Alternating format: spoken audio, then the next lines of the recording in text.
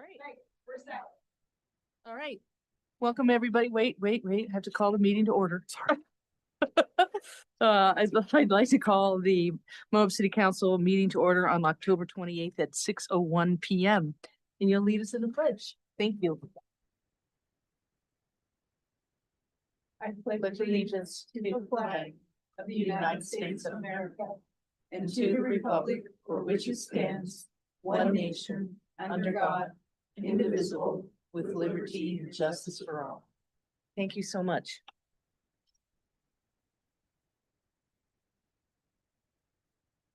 First item of business this evening is public comments. Do we have anybody in the audience that would like to make a comment this evening? Seeing none, we'll move on to presentations. We have two presentations tonight. One is the quarterly financial update from Michael, and then a review of the 300 South Bridge, the 30% design plan. And Michael and Mark are going to present that. We'll start with the financial update. Okay, thank you very much. So this is the first quarter update of this fiscal year. See if I can get my screen to change. Okay. I wanted to start off with last year though, and to talk about how we ended the year with tax revenue. This was pretty much the only thing that we couldn't finalize the last time we talked about the last year's budget, because we didn't have all the numbers quite in yet. So the bottom line is last fiscal year, these are the final numbers, and this is just tax revenue, of course. But the difference, what we can see, whoops, it's just taking a second here. It might change. But the difference, basically, we're pretty flat, less than a 1% change down. Our revenues this past fiscal year compared to the previous fiscal year are a difference of $51,000. So things came in pretty much flat. I want to show you the graph again, because we do have that massive uptick in revenue from 20 to 21. And then we have plateaued up there. We're not really dropping off the same as the way that we went up that high. Now, and this is not from any new sources or anything like that. This is just the same old taxes. I'm not including property tax in this at all. Property tax goes straight to the CIP. It's not included in this graph or in the data that I just gave you. So these are the tax bases that are generally influenced by tourism and people purchasing, staying in town. Okay, so that was last year. We'll move on to this quarter, which is the first quarter of this fiscal year. Everything seems to be looking pretty good. We're pretty stable. If you looked at the revenues, you could see that although the total revenues for the general fund are about 18%, the tax revenues are around 23%. With a lot of those actually being a little bit more than 25%, which I'll go over in just a second. The reason why we would be at 18% and not 25% with the total revenue is because there's a lot of transfers that haven't taken place yet, grants that haven't come in, things like that. And so those will take place over time. A lot of those happen with a single transfer as opposed to equal amounts every quarter. So we'll see that catch up. We feel pretty good about that. Expenditures, we do want to see those lower than 25%, and we are at 18% right now. A lot of that has to do with, delayed projects that will happen, and also vacancies in positions that we have open. But we're looking pretty healthy for the first quarter. Capital projects, just to touch on those really quick. We've got a lot of capital stuff going on right now. I talked to Mark today, and he's got a lot more going out in the next month or so. New bids going out and new projects starting. But the ones where we've spent money on up to this point in this budget would be 100 East Uranium. And that's pretty close to being finished. I think there's just a few things left there, like light poles and things like that, unless they've already come in. But if you notice, it's been striped and it's totally drivable and it's a great street. Cane Creek Improvements is finished up, but we did spend a lot on that, getting that finished up. And then the McKinstry energy upgrades, a lot of things that are going on down at the MRAC and energy upgrades down there that we've been seeing, which is a contract that was approved by the city council. So those are the big expenditures in CIP. There's a lot more coming. for the rest of the year, but we seem to be on schedule and definitely within budget with CIP as well.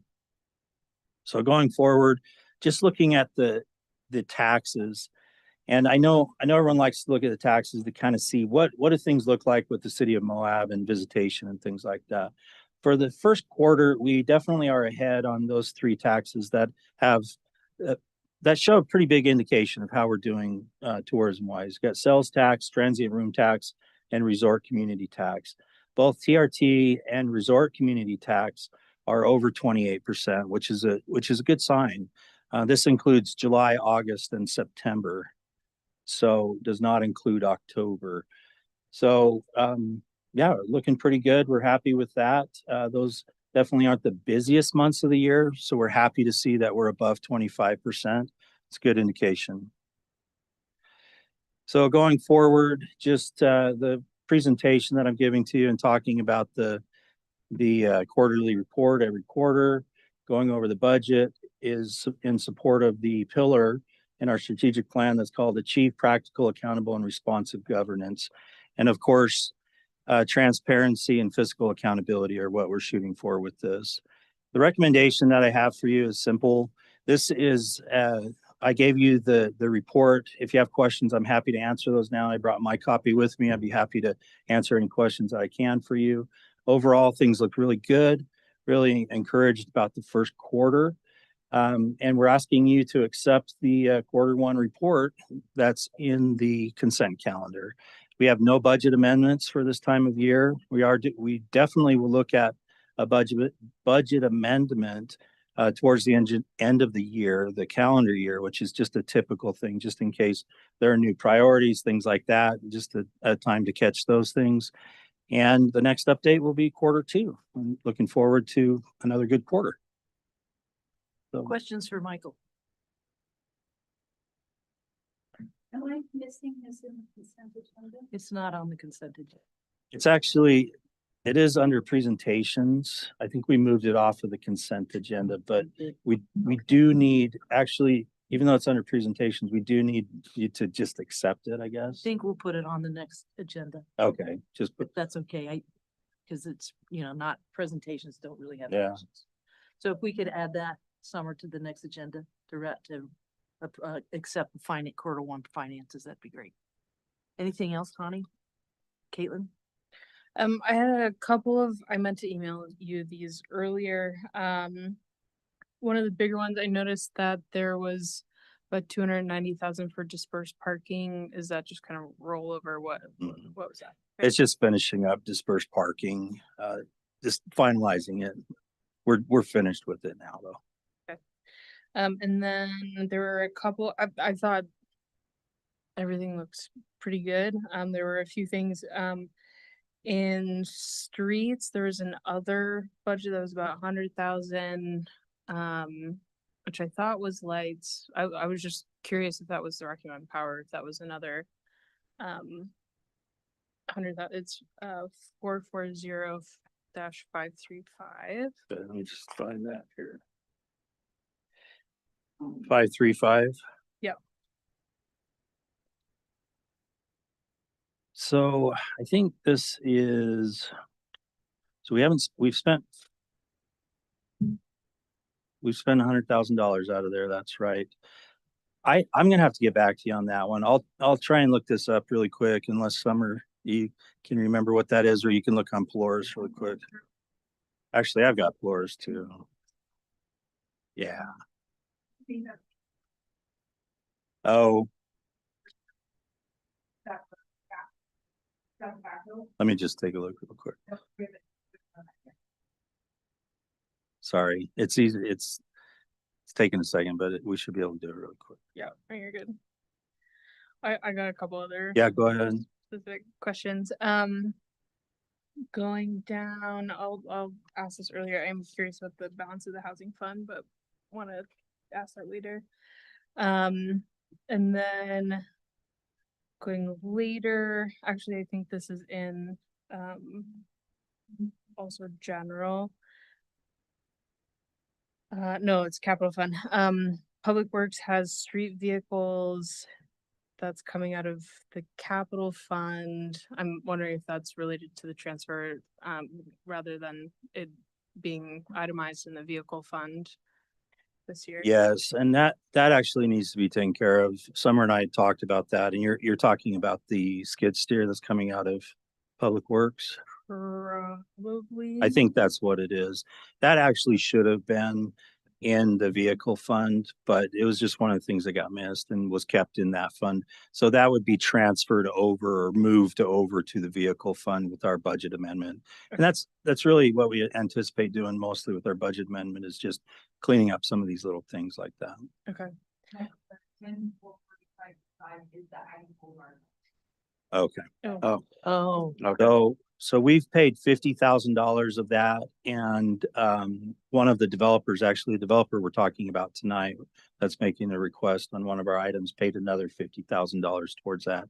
And there's another $50,000 that still needs to come in to finish payments on that. So that's what that is. Okay. so, Thanks. so where does that income where's that reflected? The income, it's just general funding.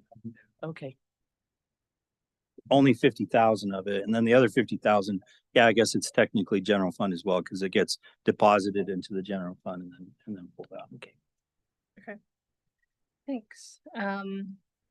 Also in capital, actually this is in sewer, was wondering, looks like there's a supplies maintenance, 600-526. Just curious what that was. Sure.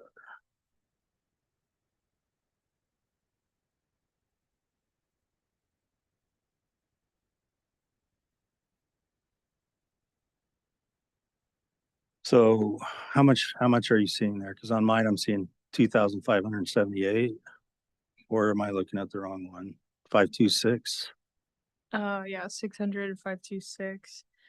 It shows 23,103.60.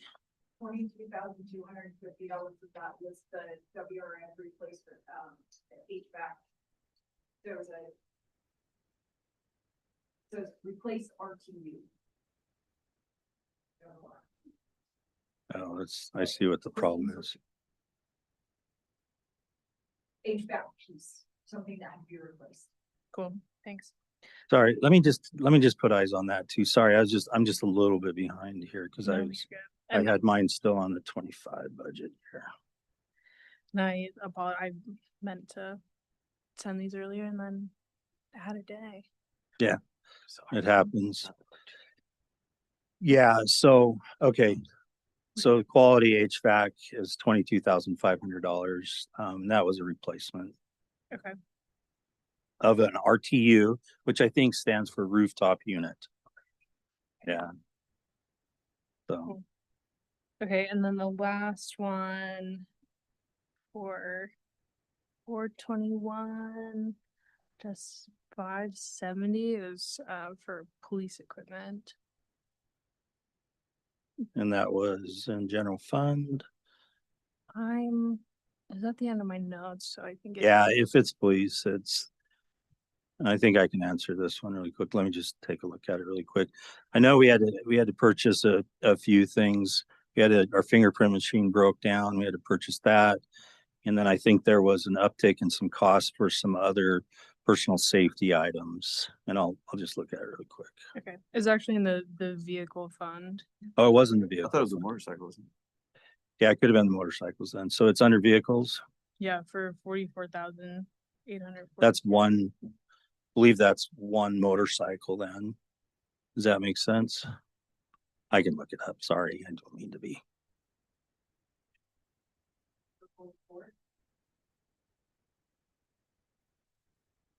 Okay, tell me that line item again. 421-570.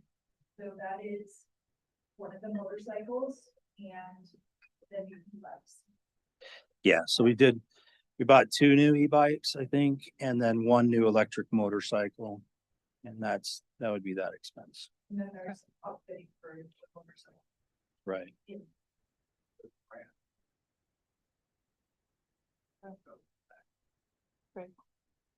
Thanks. Those were mine. Okay. Anybody else? All right. We'll accept the financials at our next meeting. Okay. All right, next item is an update on the 30% plan review for the 300 South Bridge. And this is something that I know staff has been working on with the community. We needed to get something to be able to ask for the request for funding through Congress. And so staff has been working on this because we had to have something to give them. And so they've gone through the process to get it to 30%. And we thought it was a good time to present that to you all. That's what I was gonna say.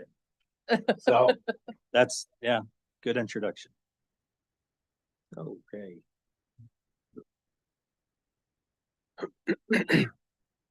Okay, so we'll start off giving you just a real quick background. I think most folks here are going to be all too keenly aware of why we're doing this, but just for general discussion, DDAR managed to find these cool old historic photos that we're guessing are sometime around in the 1970s when we had some plugging. If anybody knows anything about old trucks, you might be able to tell us a little bit better about when that was. And then the images on the right are from the more recent floods. So again, just to kind of set the ball rolling in all this, we're looking at this replacement because flow capacity of the flood under the bridge, but B, we get way less than that, practically speaking, because debris tends to just plug it before the flow even will overtop the bridge. Okay, next slide. Yeah, oh, that's right, because there's 3 culverts there. So we've got 2 walls that divide the space under the bridge. Okay, so where we are right now at this point is we're approaching 60% plans. We have something like 30% on the structural, something closer to 60 on the rest of the horizontal stuff there. So I know we called this a 30% update, but we're kind of somewhere in the middle of that. Way back in October, was it? I think last year, we issued the design contract to Civil Science in the amount of $626,000 there. And the current construction estimate for the bridge is just under $10 million. That includes some contingency. I would expect that number still to go up a little bit. We've run into a couple things along the way that we're looking to add, and then by the time, depending on timeline of building the bridge, those costs might also go up for that reason. Okay, so this is not exactly an ideal location to replace a bridge, but maybe none really are, or some are better or worse. This one's particularly challenging because it's kind of right in the middle of our downtown, more or less. So what we need to do is pass the 100-year storm, and we want 2 feet of freeboard. Freeboard, for folks who don't know, is just sort of let's call it a little margin of safety. It's space between our structure and the water surface elevation that we're designing to. So that'll just be, when we're passing the 100-year storm there, ideally there'll just be 2 feet of air under the bottom chord of the bridge. And that will help us if we run a FEMA funds. So they have requirement is a 2 feet freeboard. Yeah. Also good engineering practice. So we are limited by the footprint of the bridge that we can put there because there's already been so much development in the area. So, maybe 50 years ago, 100 or however long ago, we could go to private property owners and say, hey, we'd like to buy this, that, or the other space, develop it out for a bridge. The point we are at now is that we have development around the bridge, so we're trying to build within an existing envelope. So we are limited in our footprint there. We are also limited in, to some extent, if you could imagine the width of the channel as it exists now. So you have to tie in whatever channel we design here. You have to tie it in somewhat to the downstream. You have to you can't have like an abrupt change between those 2 sections. I think that's kind of intuitive. But we're also importantly very limited by elevation of the upstream and downstream creek, right? So if we want to get more capacity under the bridge, you can't just go down indefinitely, right? Because we have to meet some minimum slope. We can't just make it flat, and we have to tie into that downstream. And we wanted to keep the Mill Creek Parkway running more or less where it is. Right now, we've got it about exactly where it was, coming through there with one big caveat. There will not be a way to access the path on the north side of the bridge the way it is currently. There's a staircase that brings you down, if you could picture that. We cannot fit that in. That kind of goes back to the second bullet point there, the limited footprint due to private properties. We simply cannot get the horizontal there to bring a staircase or a ramp or anything like that up. So what we've got is like just a long run between where it connects in on the north side and the south side. And we'll have a little site plan that we'll look at in a couple slides that we'll be able to see some of this a little bit better. And then because we need this additional capacity for the 100-year flood and those 2 feet of freeboard, and we have a continuous span, there's not one of these 3 culvert things, there's no columns coming down in the middle. We need a deep column section there to carry that load. And so the surface, the finished surface of the bridge, the roadway surface, has to come up at its highest point about 4.5 feet. And so that makes tying in even further beyond the bridge more difficult, right? We've got, again, the developed properties on either side of the road, and the road itself, and where the road intersects with 100 East on the west side. And that also created a little bit of a minor, this is maybe the easiest of all the challenges, I might say, is the drainage. The fact that we have to come down in off the bridge and tie into 100 East, we're creating a low point down there. So we have to drop in an inlet and run that, run storm drain pipe out to the north to drain that point where it used to just freely drain across the swale in the road of Valley Getter. And then actually this might be the simplest one of them all. This mostly is paint and curb and gutter. Just how we tie into our street section on the west and east sides. For the bridge, we put a shared use path on one side and a sidewalk on the other. I forgot to. I meant actually to bring to show you all an exhibit on that. I forgot to include it in this presentation. But so tying in on either side, we just needed to make sure that the lanes connected in a way that when you're actually driving it, you're not having to kind of duck left and right. That required a little bit of careful thinking. To the west, the road gets very, very wide. And so that actually just flares out. So that was kind of the easier part. To the east, the road necks down to the north.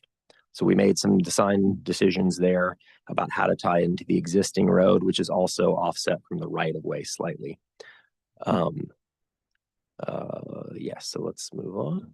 Okay, so we had a stakeholder meeting back in May. This is where we invited the immediate adjacent property owners. We had them come in, we talked to them about possible impacts. And we got a lot of good feedback from that. And we've also, go to the next one now. We did our own, something like our development review, we're calling it CPR, for capital projects review. This is so that we can just shop around these projects with the third-party utilities, with our own public works, building, health department, whoever might have comments on that. Fire. Oh yeah, fire is always very important there. Especially because for this project in particular, we're talking about closing Third South. Yeah, so emergency services, things like that. So that gave us a chance to present this to those folks and solicit for comments back. And we plan an open house when we get a little bit further along the plans, because we wouldn't anticipate particular design guidance at that point. We're kind of telling people, okay, this is coming down the pipeline, and to give people a heads up that this is going to be happening. So tentatively, probably this winter. Okay, so this is our site overview. So I just threw a lot of words at you. This is kind of a nice picture that shows a lot of that. I might kind of just, yeah, do kind of like a quick recap of some of those things. So the bridge is narrower than the existing roadway. The existing bridge is actually wide enough, I should mention, to accommodate parking, which we've got a red curbed, I think, right now. So we don't really want people doing that, but it was built with that capacity. Obviously, that costs more money, so we don't want to design a bridge that's going to accommodate parking. So it's narrowed down, and we had to select exactly where that goes so that you get a nice fluid flow through there. Guess we'll look at the path. You can see it going down there north and south. It ties in. Can you point to the Y right there, kind of in the path? Yeah. So that's where the path will come up and join just where the parkway will run along the creek. So that's going to be one point of access. And then as it runs to the north, you wouldn't be able to get back out until you are that Ped Bridge is just kind of north out of this. This is about where the existing access is, actually back there. But that middle one by the bridge goes away. Again, we just can't fit it in there. And then, yeah, we're carrying water across there. That's our big utility. We may have some telecom.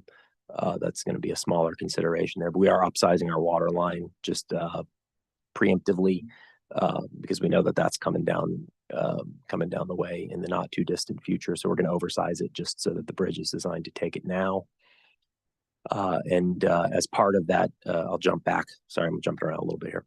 But to jump back to the striping, the traffic flow through there, we're pulling the bulb outs out there, pulling the curb widths in to make that transition from the bridge into the wider way to the west there a little bit smoother, and to accommodate better pedestrian safety that comes along with the bulb outs. And we're also one of the sort of the late changes that we're looking into that may add cost if we decide to go with it are RFBs at that location. So we're kind of trying to consider some little, we'll call them amenities perhaps, although that might be too generous. They're really safety sorts of additions. Is it clear to everybody what RFB is? Oh, I'm sorry. Yes.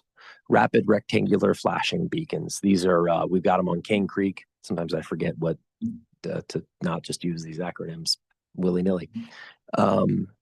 So a pedestrian would be able to walk up to that bulb out, hit a button, and have a light start flashing. That was kind of a late addition. I'll say was a contribution from our public works director. I thought that was a really good idea. So I talked to our engineer about adding that. It's relatively modular in terms of adding it to the project.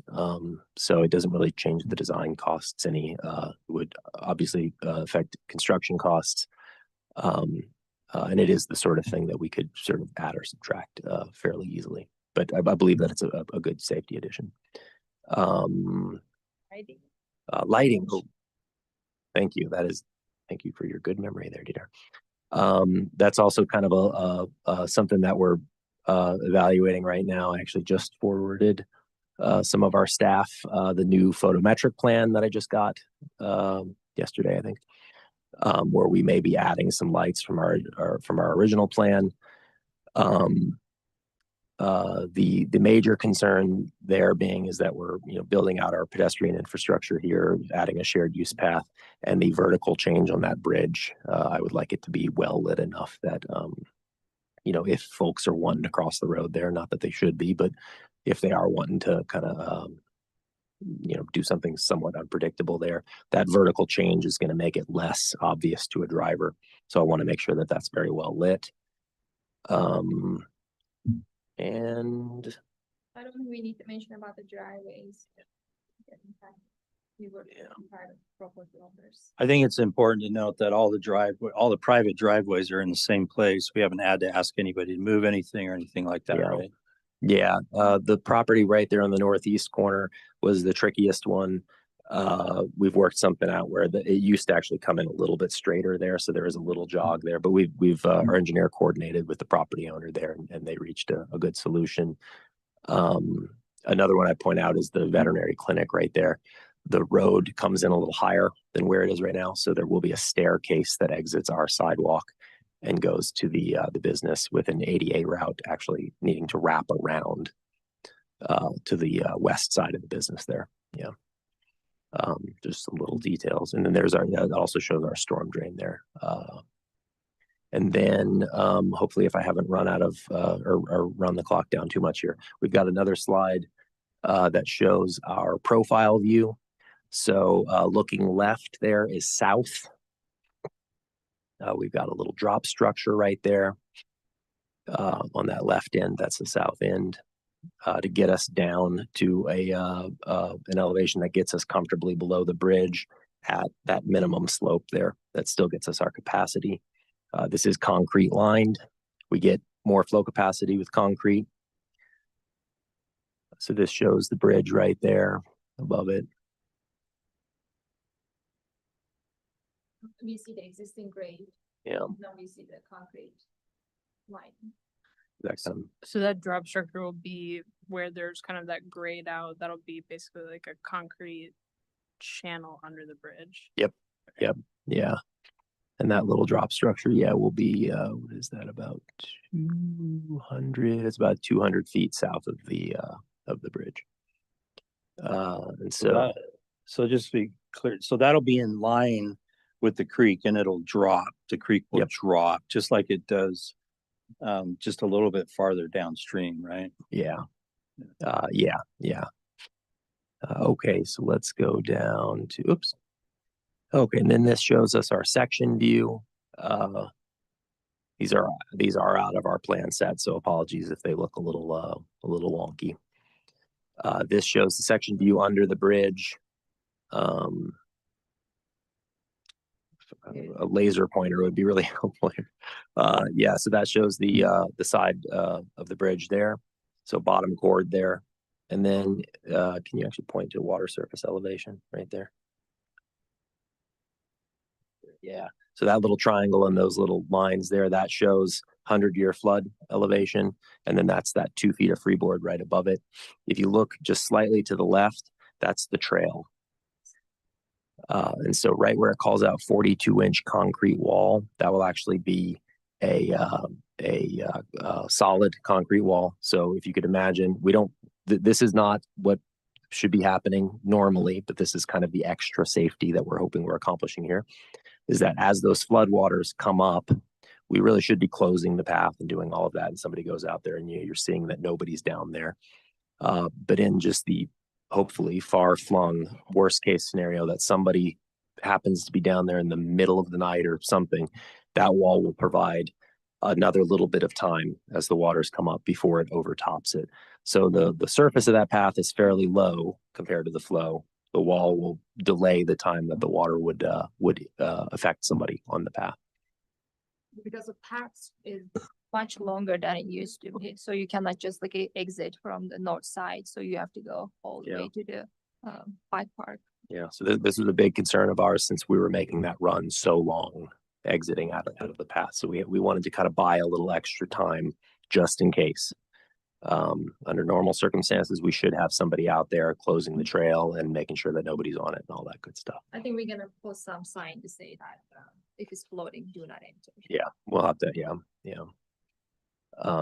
And then, yeah, I think that kind of covers a little bit of everything.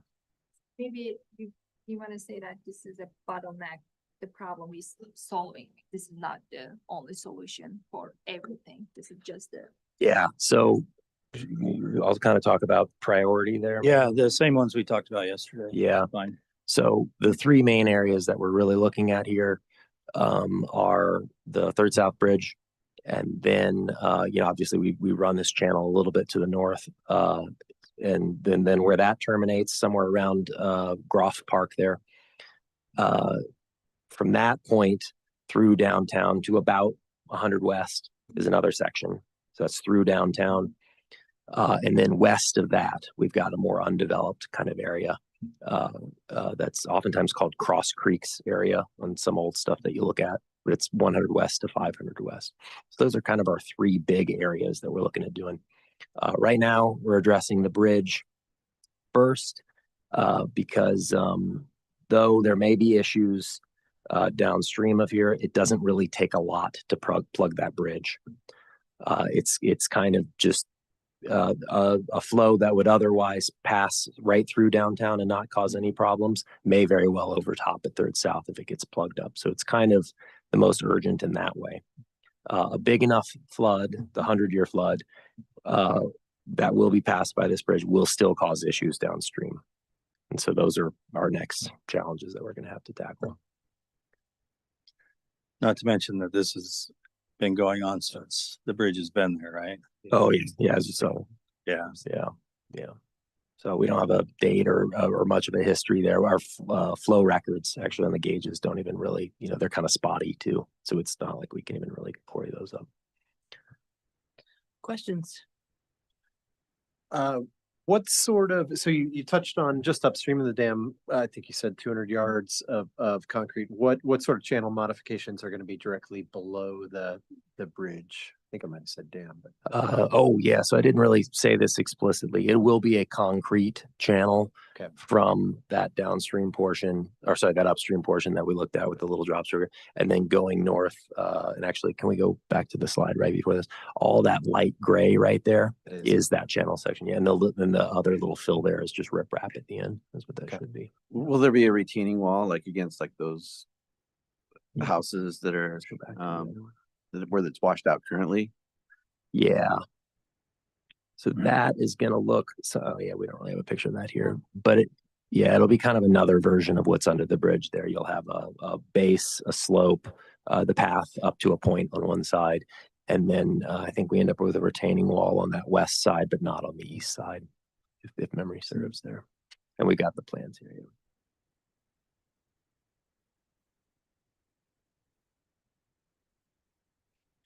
While Dita looks that up, you wanna? My other question is like, so you said that it's going to be an elevation where you have to drop down to the vet clinic, right? There's going to be stairs that go to the front door. Is that what you're saying? Yeah. What about the dog park side? Is that going to be a higher elevation on that side as well, where you have to drop down? Yeah, and right now the toe of that slope pretty much runs in right into those trees that are along the property there. It'll be a ramp on the south side, right? On the south side, like along the fence. Actually, we could probably looking at that might be better. Yeah. So the path comes off, and that'll just connect at a gentle slope, right? But where you could imagine the road coming down to meet towards 100 East, there will be a kind of a break between that and the dog park where a little fill slope will come in. Okay. Yeah. And Other then we were questions to look at the from section council? to the north. Oh, and then we've got channel sections if anybody's interested in looking at those. I think your question was about where it goes by the. Actually, I think that part's not represented correctly on here. That was at our last review. We caught that they had that drawn sloping back into the property, but it needs to be a wall. Yeah. So actually, we don't have that drawn correctly in here. Right now. Okay. Come to think of it. So is there an issue or concern that it's going to go from like it's going to be constricted and then it'll hit that area, open up to 100-year flood capacity, and then downstream constrict back in again,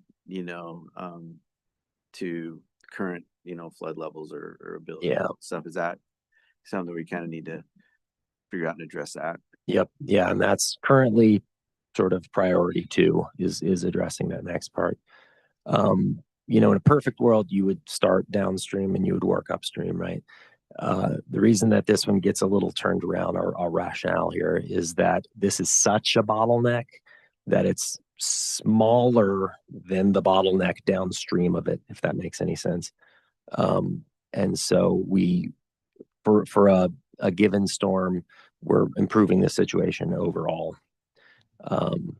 Yeah, it's not perfect. If we could do all this at the same time, that would really be the only way around that. And so I want to just add to that. So these 3 priorities, funding could happen differently with the priorities. And so how the funding comes in will also dictate how these get built out. And so our availability of funds or if funds come in that are specifically for one project over another, they can happen interchangeably, or they can also all happen in close proximity to one another as far as timing goes. And that would be the goal, is to get them as close as possible. The other thing I was going to mention is that if this is the plan that's ultimately approved and it is a concrete bottom through the channel and then a concrete side, that will largely dictate what the next section will look like as well. That was my next question, was Yeah. like, are we kind of moving towards a concrete section from X point to through town or whatever, to kind of let that water through, you know, as we go through with their plans? It's likely, yeah, we're so limited on space there, and that'll come down to the design when we go to do it.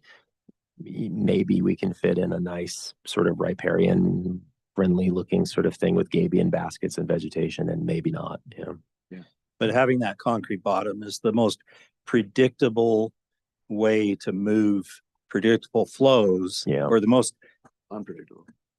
unpredictable flows, but we'll know how much it can hold, because we can always go clean it out. Yeah. And doesn't the concrete bottom also allow us to like get in there a lot quicker and Yes, setting yes. sediment? We don't need permits. Once the concrete bottom is in, then the elevation of the creek is established. Yeah. And we can go in and scrape it down to that elevation. Much quicker, much easier. You can bring a front loader down there and start moving dirt around day after. Yeah. Just out of curiosity, do you have any sort of like idea on like, how long it would take to construct this? Because I imagine that third south would probably be closed during the whole time Yeah, doing yeah. this. And it'd probably be a 12-month project for some. Or, Yeah, I think we might have talked about 18 months for it. I actually can't remember that timeline off the top of my head. But yeah, easily 12 months, probably more. Yeah. Yeah. So that will be a significant impact. We will be closing third south for the period of that. And we briefly considered phasing the building so that you can have, half of the bridge open, but that adds costs and complication to it that it's hard to kind of accept that. Yeah. So first south and first north are going to get a lot busier. Yeah. For that period of time. So Other questions? Yeah, I guess related to that, especially you mentioned replacing the water line. And I'm wondering, especially if we're talking about that long of a construction project, if you've looked at just like any other redo of that whole 300 South. Because I'm assuming with the water line, you would probably replace the whole water line in the road. Are we looking at any other road improvements, or like looking at like small planning for that? Further to the east and west, kind of like. Yeah. yeah. So we've tried to consider that as much as we can, so that from our bullet point earlier where we said matching street section, we had to make some decisions as to what we thought the section to the east may look like in the future when we do that. And so we kind of tried to split the difference between future potential options there. We end up with mostly lining the bridge center line there. It's not the bridge center line, actually. I should say the travel center line there, because the bridge center line is actually a little offset from that because of the shared use path. But the yellow line there is actually offset slightly from the line to the east, because we basically wanted to balance the fact that the road is an existing way, but the right of way does not line up with that. The right of way is actually wider. And so we wanted to sort of balance the two of those things, that in the future, when it gets redeveloped out there, it may not line up exactly the same. But we kind of threaded the needle there a little bit. We're designing something here that we think will kind of work with just about anything that you might want to the east. Well, I shouldn't say that. That's over promising, but it's right in the middle of a few different options, kind of thing. Okay. Yeah, I guess my question is like looking at, because I mean that road is just on our list of roads that a lot of people drive on. So wondering if even if we're doing like a mill and fill, or like in some kind of, when we do that, just do So upgrade yeah, the we whole thing. have talked about this, and it is actually in the 3 to 5 year plan for 300 South to be redone, and a lot of it, again, just like we talked about with the creek and how we developed the creek, a lot of the rest of the road will probably follow how we're developing here. I mean, this looks like a really good cross section, and similar to other cross sections that we've done with being a complete street and everything. But yeah, it is being anticipated as another project that would hopefully coincide with the bridge building itself, and maybe do the entire road at the same time. Yeah. I think that'd be Great. I awesome. agree. Mm. Yeah. Great idea if we Yeah. could do it. Yeah. Um, And we kind of anticipated a little bit of that on the west side there where we're not, where we've kind of actually left some of it alone because we anticipate that it will just be redesigned to something else in the future. So we actually just tie back into existing as simply as we possibly could. And then, yeah, so where the asphalt ends is where we pick up on that other project. So. Yeah, okay. And then also related to the concrete under, like, I definitely understand that that is the best for maintenance and for flooding. I think that's also like a really important nature access point. So I'm wondering, like, thinking about me being on that section of path, like how much of that concrete bed will you see? I have some concerns that it's gonna totally change and become like a, concrete arroyo that goes all the way through, which I think would be really devastating for a lot of people. Yeah. Have you thought much about like how do you balance that? Do we need for that concrete to run that length? Can we pull it back so it's more concentrated on the bridge? Like, are there ways to reduce that, or at least make sure that if we're starting to do more concrete sections throughout the creek, that it still feels like a riparian area? Yeah. So Uh, so if I had to get, well, so I'd say the concrete here is just what gets us through there because it's so tight. Yeah. Through downtown, I can't say it for certain, but I would bet that it's probably going to be significantly concrete through there. And again, this is just the stuff that you already have on the side. We don't have a lot of space to work with here. Beyond those two locations, so between Third South and First West, beyond that, like further to the west and further to the south and the east, I think we start to have a little bit more capacity, a little bit more room. Generally, we can probably figure out some combination of, gabion baskets to protect from scour. Maybe we're looking at things like concrete bottoms that just give us grade control, like something to scrape down to. But with the side treatments being more vegetated, You can color the concrete, Right. you can make it, stamp it, it will look like a rock, but it will be just at the coast. Yeah. Oh, thank you for that addition. Yeah, that's true. Eventually it'll look like exposed aggregate anyways, because the top layers will wear off. And so it'll provide a little bit of feature in there. But, I had thought about this previously and I built a Japanese garden once in one of my jobs and the stream for the Japanese gardens is concrete bottom too. But the way that we do that or did that is the designer put in rocks all over the place and made it somewhat decorative. And I think there's a challenge there to keep something looking decorative, but also be utilitarian at the same time, and trying to keep it cleaned out and all of those types of things. But I do think it's worth looking into what kinds of things we can do. Like if we do have drops and equipment can't go over those drops anyways, maybe around those drops, we make them look like waterfalls and we put in a little bit more rock and it's actually built into the concrete and everything, because the equipment's not going to pass there anyways. It's going to come up from below or up from above. So there's definitely things that we can look at. And the gabion baskets are a really good option because a lot of people use gabion baskets for decoration. I mean, they're not just utilitarian. They look good. They can provide a little bit of aesthetic and otherwise very stark areas, but also do a really good job of protecting stream banks. So we're going to keep that in mind.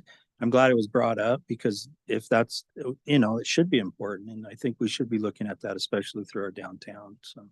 yeah. And I guess with that, would you also lose a lot of the trees that are through there? How much vegetation? Yes.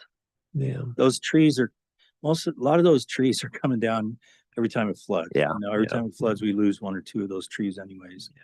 So anything within that area that he showed as the channel, there probably shouldn't be any trees in that area. Anything else? Anybody else?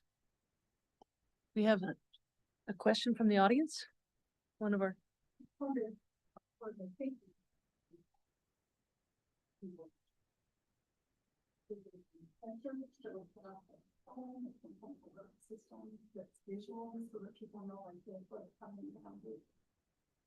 We Can you repeat that? yeah, repeat the question. Yeah, That's a great question. yeah, the way I understood that was, would we have sort of a flood warning system? So we have sirens or something that goes off in the case that a flash is coming. We don't really have capacity for that in any way right now. It's certainly something we could look at implementing kind of all around and probably a lot of places. If we, Yeah, it's a great question Yeah. because the path, you can't just run to the end of it and then go up the stairs. You have to go all the way down.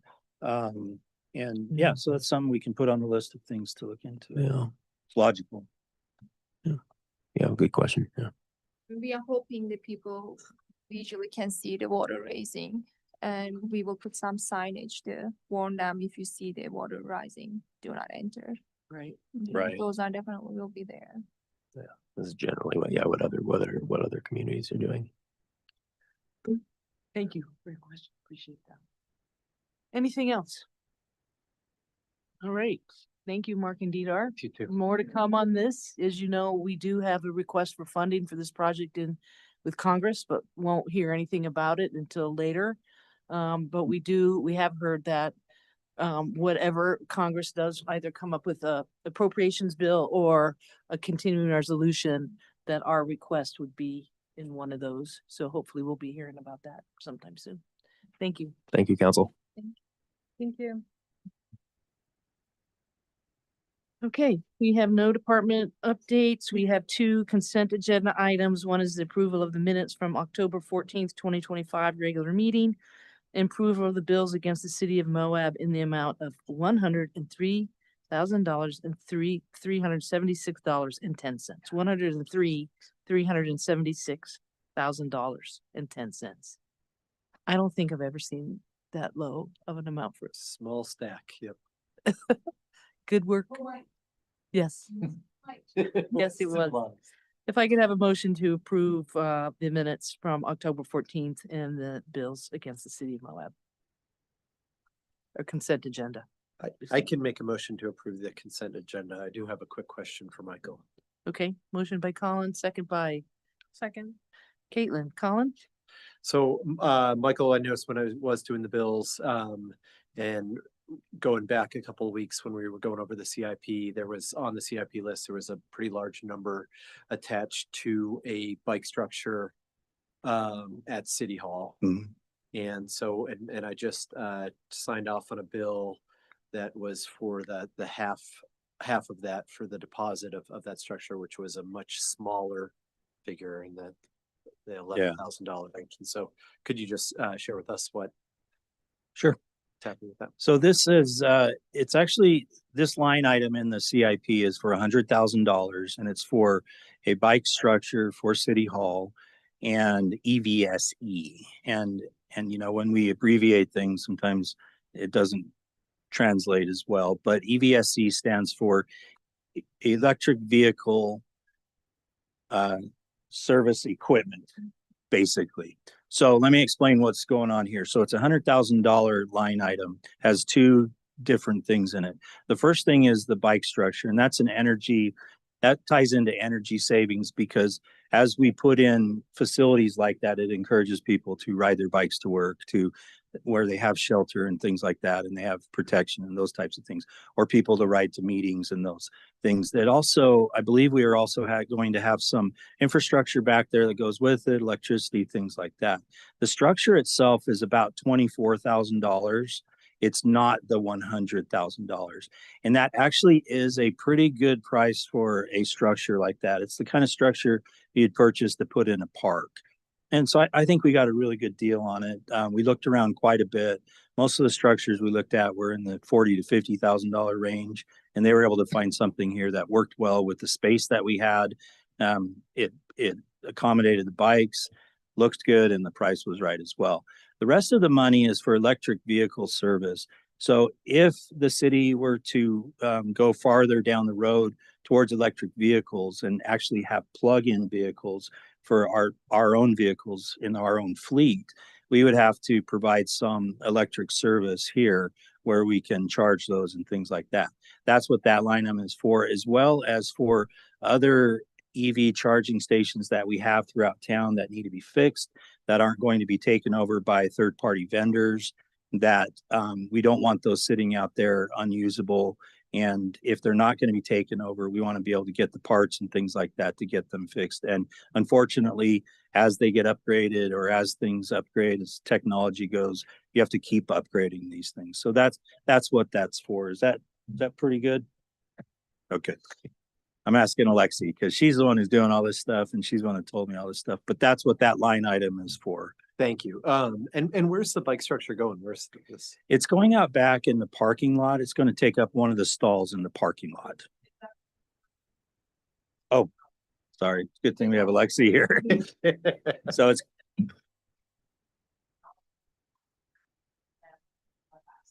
okay. So that's way better than what I thought. It's going out here on the side, which means it'll be way more accessible to our patrons and not just the employees. That's great. Thank you for that. Mhm. Anything else? Any other discussion? Caitlin? Anybody else? Oh, you second the motion, that's me. Oh, yeah. All right, all in favor of the approving the consent agenda, say aye. Aye. Any opposed? Motion passes 5-0. All right. Moving on to our general business, the first item is consideration of approval for the negotiation and contract award finalization with Kimley Horn in the amount of $52,998 for safe streets and roads for all supplemental planning for implementation. This is a grant that we received. What you are doing tonight is approving the grant award to Kimley Horn to begin the negotiations and then to award the contract. Savannah is going to present that to us. Yeah, thank you. That's a mouthful to read. So Yeah. thank you for that. And I don't have a formal presentation, but I did want to give you a little bit of background on this because I believe this is pre my time. So I had to do a little bit of forensic digging here. But the SS4A, which is Safe Streets for All grant, was requested rather in 2023, and then it was approved in November of 2024. And so it's now circled back. We're ready to take action on it. It is a Department of Transportation grant, and the idea behind SS4A is to support planning and infrastructure initiatives to prevent death and injury on America's roadways. And so basically, this grant is based off of the 2022 UTMP, which Unified Transportation Master Plan. I was going to get there. Thank you. And so basically from the UTMP, it recommended that the city of Moab have a complete streets ordinance and then also recommended a couple roadway assessments. And so from there, we applied for the SS4A grant, which is now what I'm proposing to you all to approve the negotiations for the contract for. And so from this contract, we'll be getting the roadway assessments and the complete streets ordinance. A little bit more background. The amount for the original award that we got for the grant was going to be $480,000, and the city and the county are co-paying for 20% of that, which would put us at around $120,000.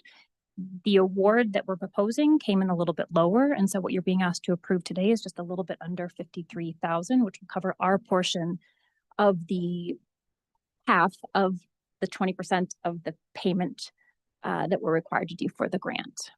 It's a match. So yeah, that's what I mean to say. Thank you. Mhm. So happy to answer any questions. Questions? Has it gone before the county yet? No. No. So the city is the lead on this. The county has been involved in both the crafting of the request for proposals and then also in the decision on who is leading. Okay. But they initially agreed to. Yes, we have a letter in writing that says how much they're going to pay, how much we're going to pay, how much would be wages, and how much is actually straight funds. Okay. Anyone else? Colin. So Colin. Sorry. Savannah, as you know, the city and the county are just wrapping up another planning process with the non-motorized travel management plan.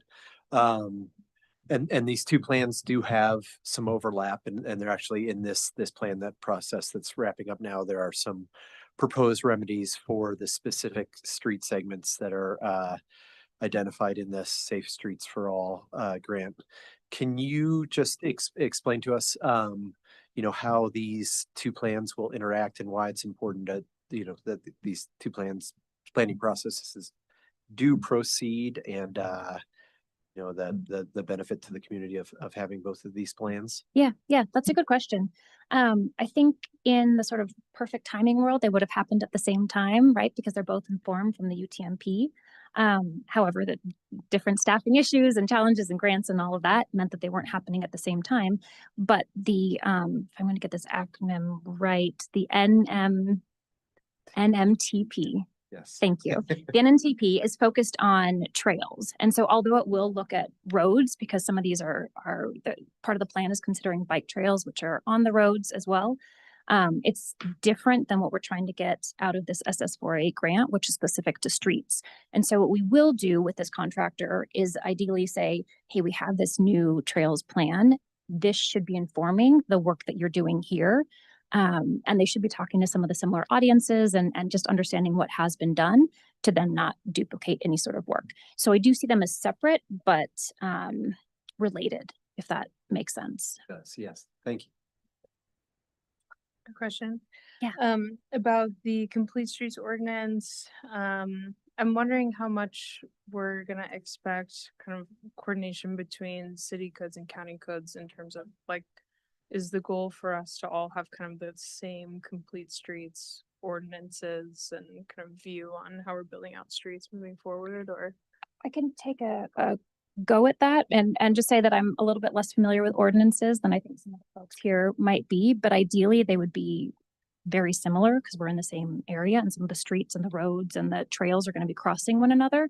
But as far as the logistics behind getting those to be similar, I think we'd have to have conversations with the county. Yeah. If you have any I other. think it'll be a lot like our lighting ordinance and our water conservation ordinances, where they modify them a little bit, but they're pretty similar. The impact is the same. Yeah, and it'll matter most where city streets transfer to county streets without, without a change in density or land use. So when you get out farther in the county, that's where I could see them modifying it more. But we're all working towards the same thing, getting people non-motorized access to the roads so that they can, and to trails so they can get into town, whether they're county roads or city roads. And fortunately, in the Safe Streets for All effort, like a lot of those streets that you just mentioned are the specifics that are tied into that plan. And so hopefully a comprehensive plan will come out of this process. Right. Yeah. Great. Anybody else? So I guess I need a motion. I just looked at the motion. That is It- hilarious. That is I'll take a stab at it. Yeah. Do you want, I just don't know if we need all of that in the motion. I think you can do it. Everybody have a minute? If I could, yeah, thank you. Yeah.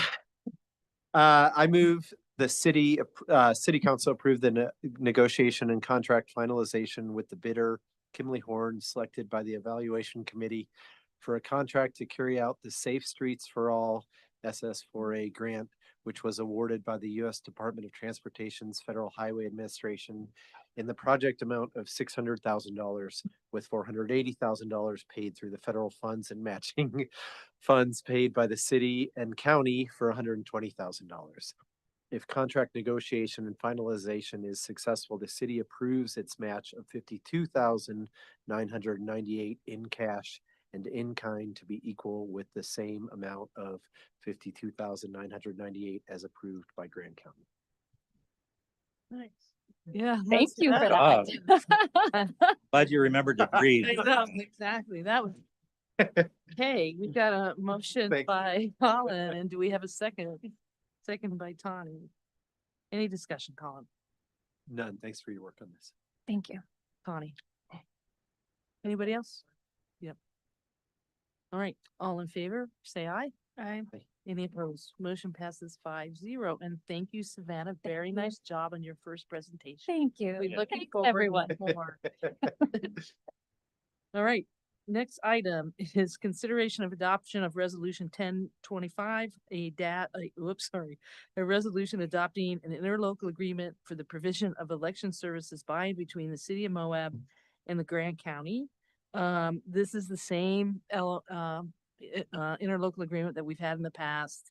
This year it's a little less because there's a county initiative on the ballot as well, and so that's why our portion is less. Is that correct, Summer? And no primary. And there was no primary. Thanks. Anything to add, Summer? Was that good enough? It was sent to Grand County Clerk Auditor Gabriel Wojtek. We've kind of been going back and forth since May, trying to determine whether or not the county was going to have a special election. He had sent some revisions to me, and those revisions were changing the city of Moab to Moab City, and I sent them back to him with the city of Moab, as that's our official title.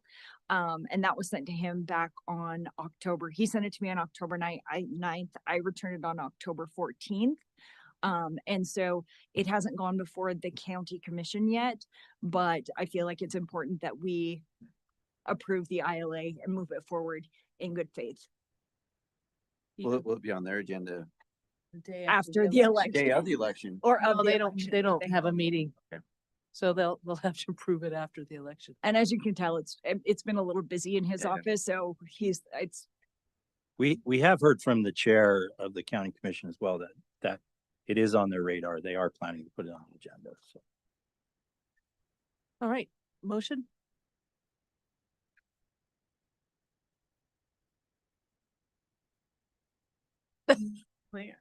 We're all playing up.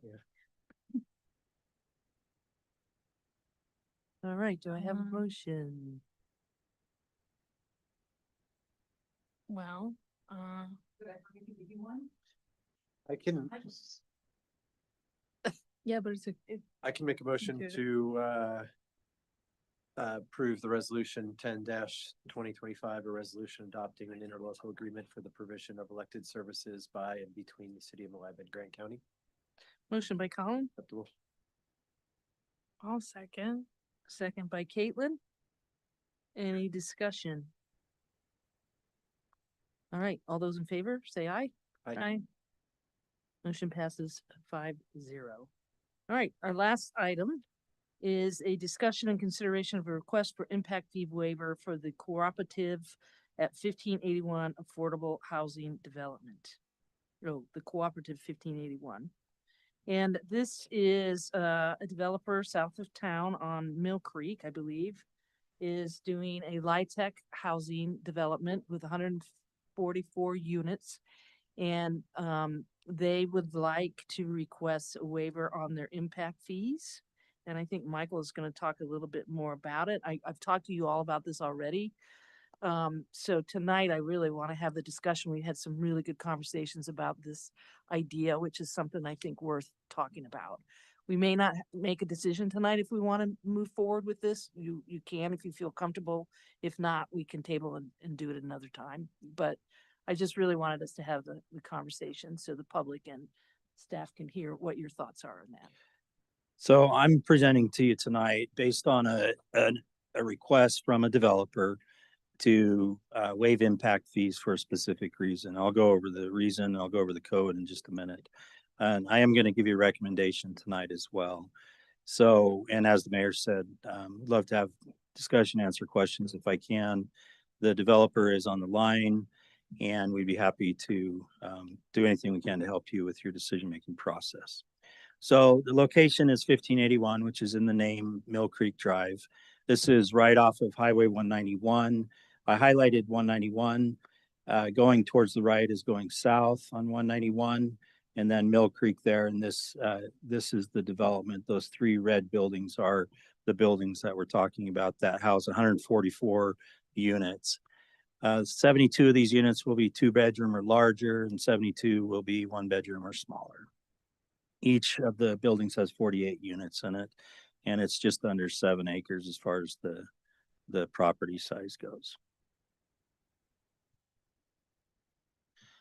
Okay, so what's being asked for here has to do with impact fees. And it's important to realize that the city of Moab isn't the only one who charges impact fees in this area.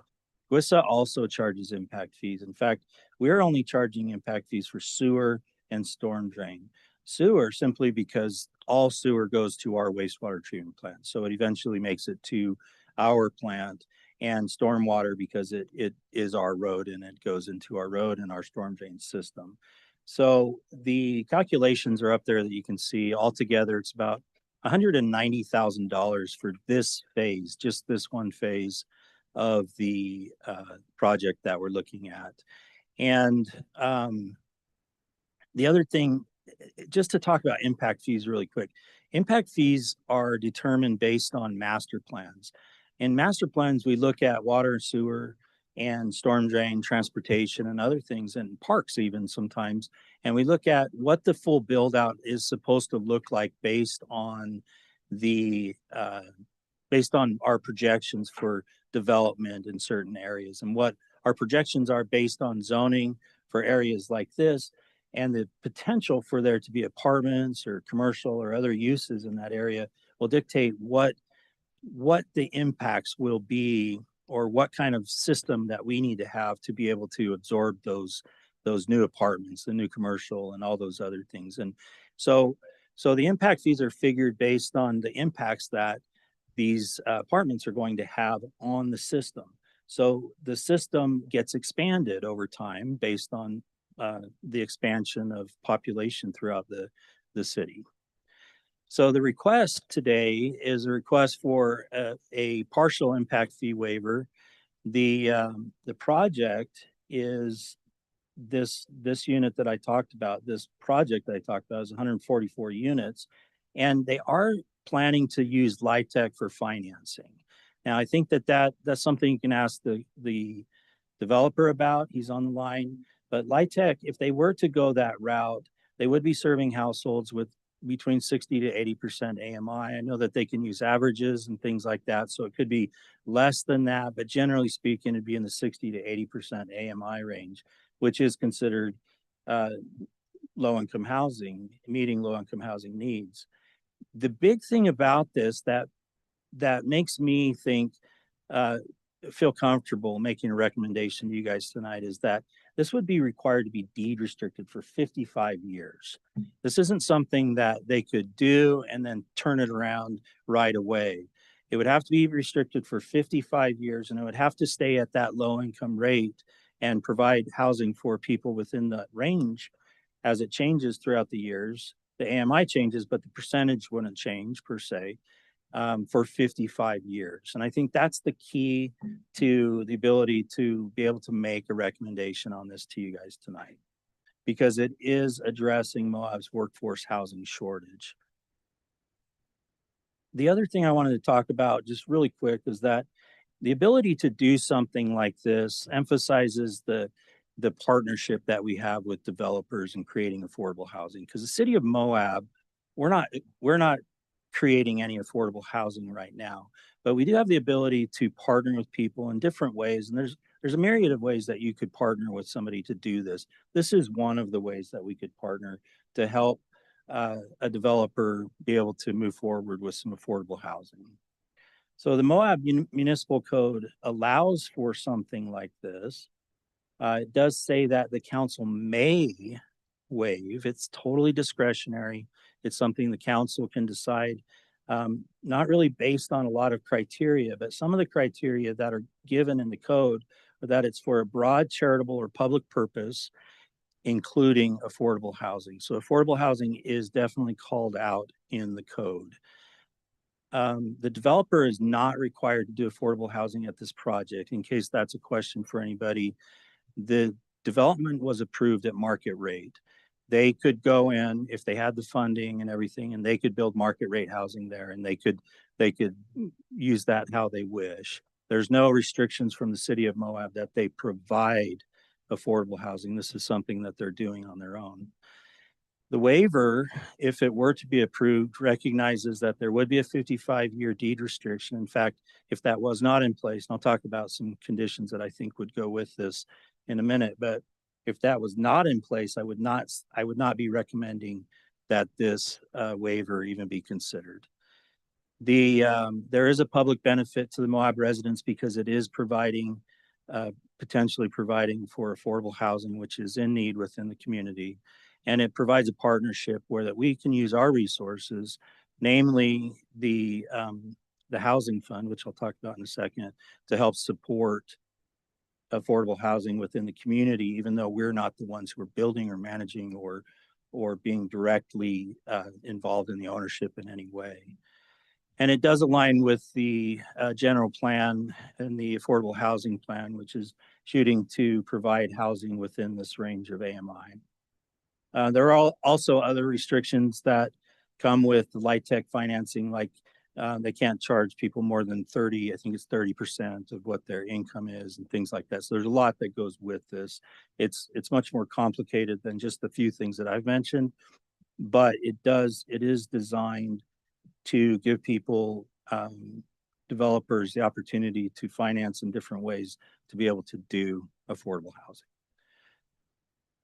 I do think that the housing fund, the WAHU, if you will, the Workforce Assured Housing Fund, or money, which is contained in our housing fund, could offset the waived fees. And I think that would be a good use of those fees to help support affordable housing, because that is what the WAHU is for. That is what the housing fund is for. I did check this over with legal today. We went over the code ourselves today and talked about this. This definitely is an appropriate use of those funds if you were to choose to go down this route. You know how much is in that account? Yes, there is. So there's about $590,000 in the account. We do have a budget this year that is around $300,000 in the housing fund. If we spent up to that amount, that means there would be close to $300,000 available that is not allocated at this point. 300,000 is not allocated. That's right. What, can I ask questions yet, or Sure. wait? I mean, Mayor, is that okay? Yeah, that's fine. What is the 290 allocated for? Well, 150 of it is for the cleanup of Walnut Lane, and that's the majority of it. And then we put some other funds. It's in the other, or professional services, I think. And that was for the council to decide if they wanted to entertain working with a third party on any kind of other programs going forward that would support housing within the community. So it's unallocated. Yeah, it could be used for this too, frankly. Okay, so this is the last slide. We got a recommendation. My recommendation is that the city council approve a 50% waiver for water or sewer and storm drain impact fees. Sorry, water made it into there, but GWIS is providing water here. The waiver total would be $95,445. And you can see how it's broken down right there. So that really should be sewer and drain. Yeah, that's sewer and storm drain. So if you do agree with this waiver, and I want to point out that you can use broad discretion in this. This is not something that is a permitted thing where if they meet the criteria, you have to approve it. This is a completely discretionary deal for the city council. If you want to approve it, it is something that the code says you can, but you can use your own criteria in judging how and if you want to go forward with this. My suggestions would be that the council attach conditions to this at the very least, and you may have some of your own after discussion today, but at the very least that the deed restrictions would have to be in place before any waivers were granted or any, well, I guess we'll just say waivers. The bill would remain due until such time as we were able to see the deed restriction that was for 55 years and that they were continuing with the plan as it was approved.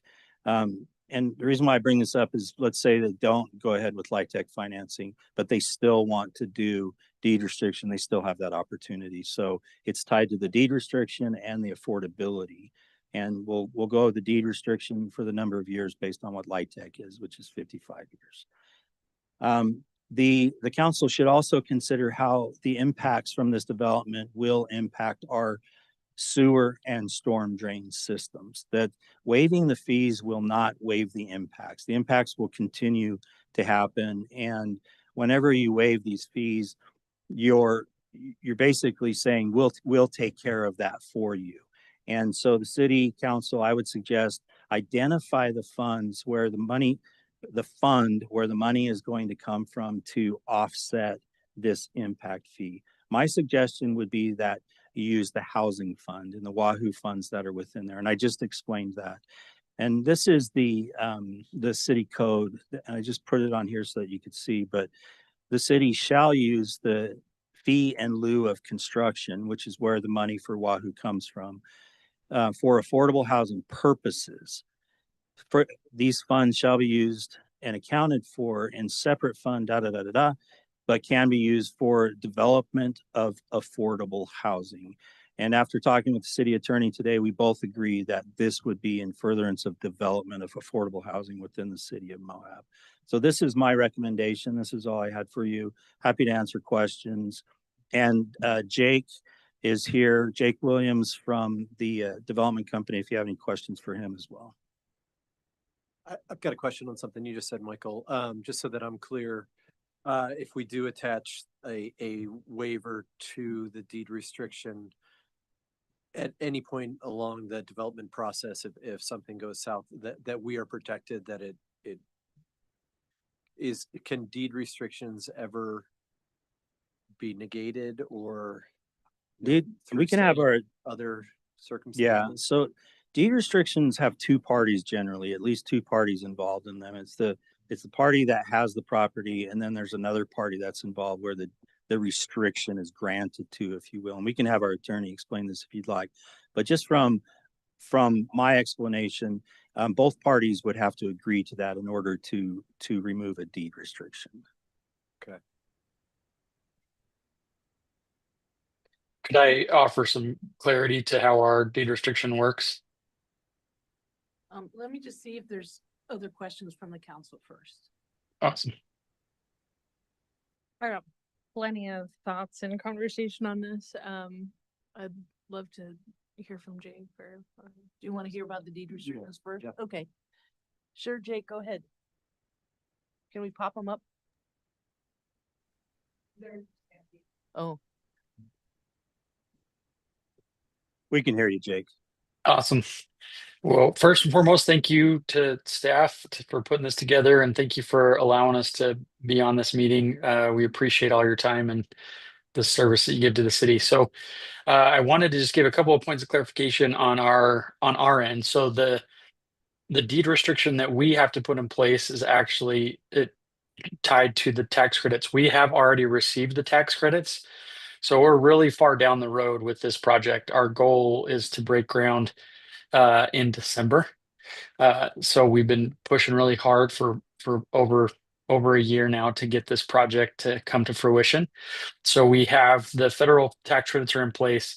And as a part of that, we are required to, at the closing of all of that financing, that deed restriction is recorded. And so that is recorded, the land use restriction is recorded at that time. So before we can even start, the deed restriction is recorded between us and the state of Utah is the one that governs that land use restriction. So so that would stay in place. The thing about that deed restriction is we also are then subject to annual audits and annual checks of the property. So these projects, I know you guys have a couple of other tax credit projects in Moab already, but they stay well maintained, well taken care of because of that additional oversight that comes with it. So we're really excited about the project. Honestly, we felt like we were almost there with all our financing. We had about $500,000 that we were going to get in sustainability credits, energy credits that went away with the passing of President Trump's bill.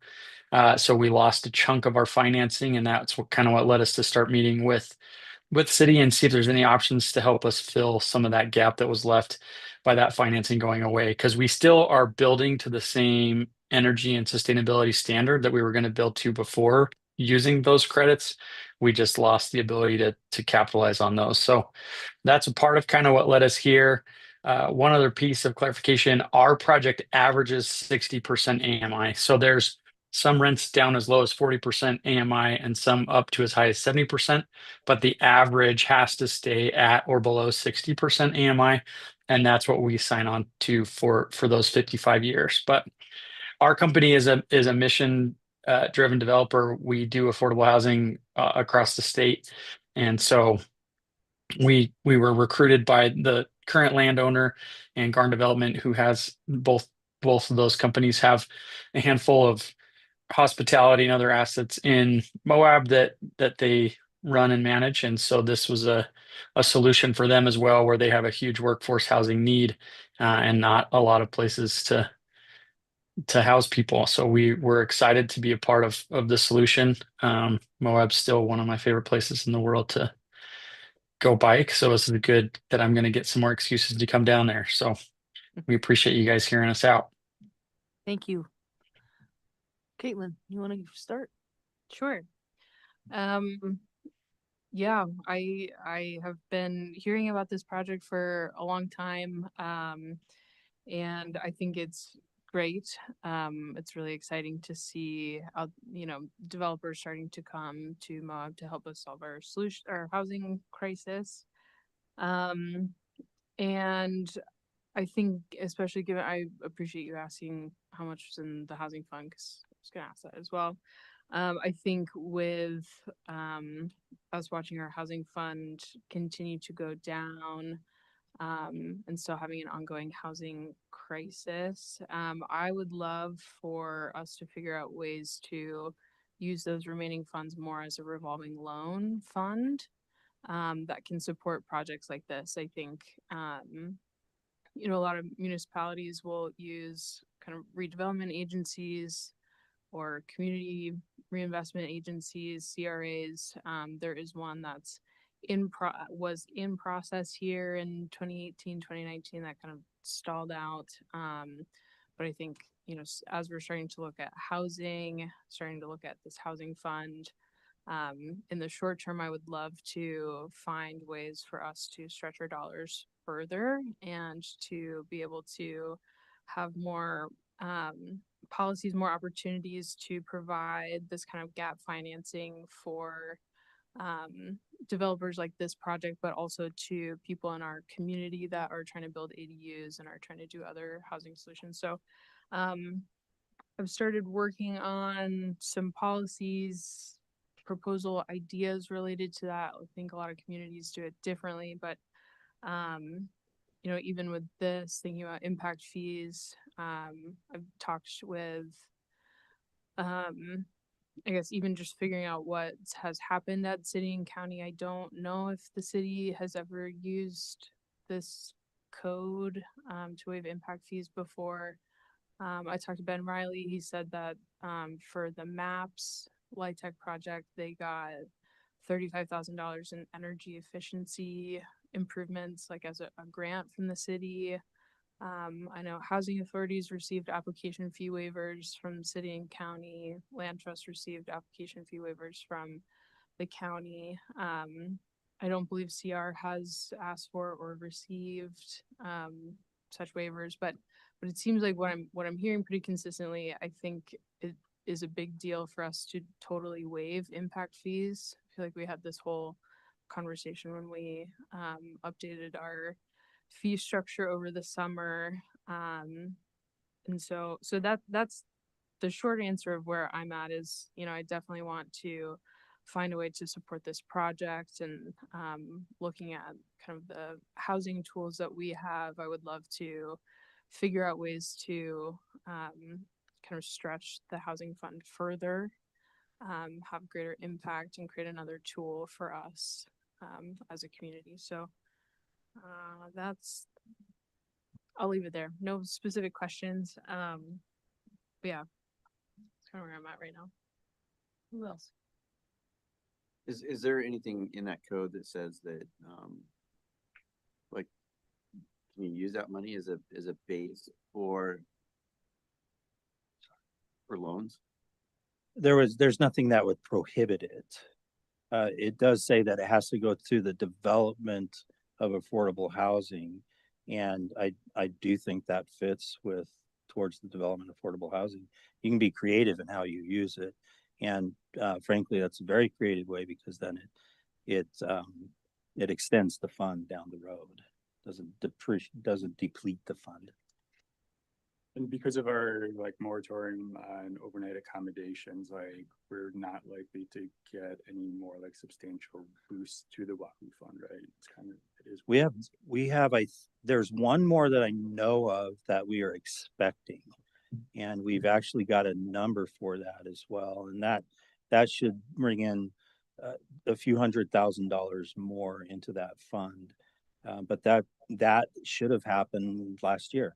And so if they do proceed with that hotel development, they would have to pay that amount, but they haven't done it yet. Cool. Oh, I did have one specific question, based on kind of the developer's timing. I also talked briefly with Joel, Winters earlier today. Just logistically, you know, they are closing, they have an impact bill, impact fee bill.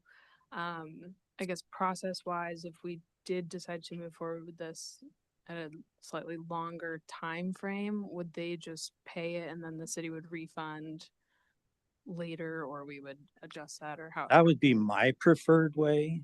I don't want to get into a situation where we're holding up certificate of occupancy or something like that, waiting for these things to come in if for some reason it doesn't work out. So that would be my preferred, is that they pay it and then get reimbursed for it once the council agrees, if the council agrees to something. I do think, and I said this in our conversation about when we were approving the impact fees, that I do think this is a powerful tool if it's developed correctly for encouraging the development of affordable housing. And when developers are making the decision with their properties between luxury and tax incentives, I think this could be something that could help steer them in the direction of affordability. I do think it's very important that the city, moving forward, that we do establish a policy and sort of formalize that. And I also, just from an economic point, I think that if however we decide to do this, but I think there can be a very strong case made for pulling money from the housing fund, whether it's a loan or whether it's a waiver.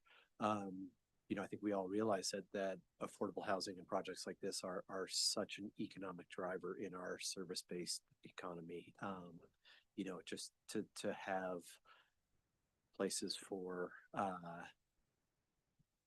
people to find affordable accommodations or housing is just such a huge need, and it's just such an economic driver. And so I think that where we rely so heavily in our budget on sales tax revenue, I think this is there can be a very good economic argument made for going down this road. And I'm not steering it towards either a loan or a waiver. Just voicing my support for figuring out something to do with these impact fees. And I would really like to have something to partner with this project. I think this is a great project, and I would love to see us, right away set that precedent, that we are here to partner with developers who are wanting to move forward with affordable developments. Yeah, no, I mean, I'm definitely in support of this project. And I think one of the most exciting aspects of it is like they want to break ground so soon. Whereas we have so many projects that have kind of stalled out that have been talking about bringing in like 1 or 2 bedroom units into our community.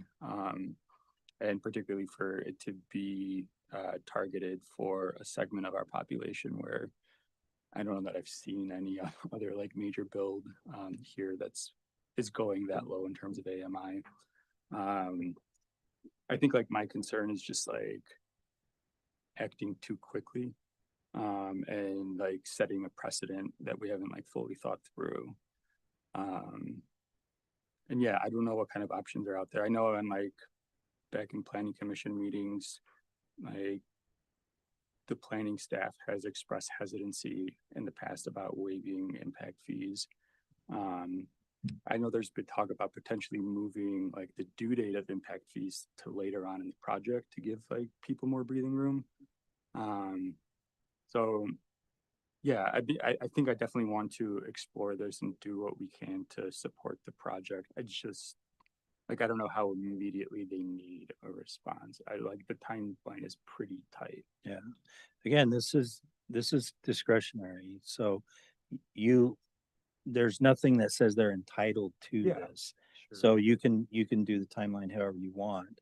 You could ask Jake if you want what that looks like for him, if you're interested, but if you're not ready to make a decision, you're not ready to make a decision. So, and I am, just to clarify, I'm definitely not for waiving impact fees either, unless there is some way to offset them. And so I think that's what all of us are saying when we're saying don't waive impact fees. Let's just make sure we know that that's going to have an impact on our budget if you do that. So If we did table this, what would the next steps look like? well, that would depend on how you want to move forward. So I'd like to get direction on what you would like me to do in the interim to help you make a decision.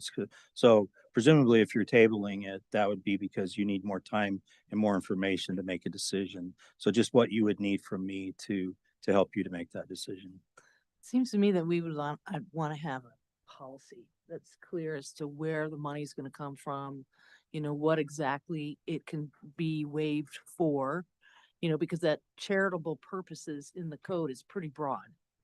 And I think if we're, I too agree that this is a great project and that we should move it forward, but I feel a little uncomfortable without something solid before us that says, this is how we're going to do it for every request that we get. You have to meet all of these criterias. Well, I think first of all, this project's been out there since my very first year on the council, 10 years ago. So it's not, it didn't just pop up. But I think it's really important to hear what Michael said. Just because we waive the fee doesn't waive the impact. The impact doesn't go away. And we have struggled with these in the past, or different councils have struggled with fee waivers in the past.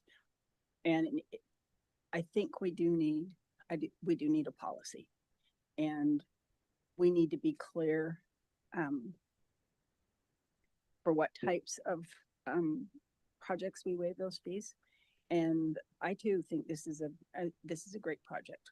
I completely support it, but I really would like to see us figure out how to use that money, but to keep that fund solvent rather than just depleting it. Yeah, I'm kind of interested to hear like what Jake has to say a little bit.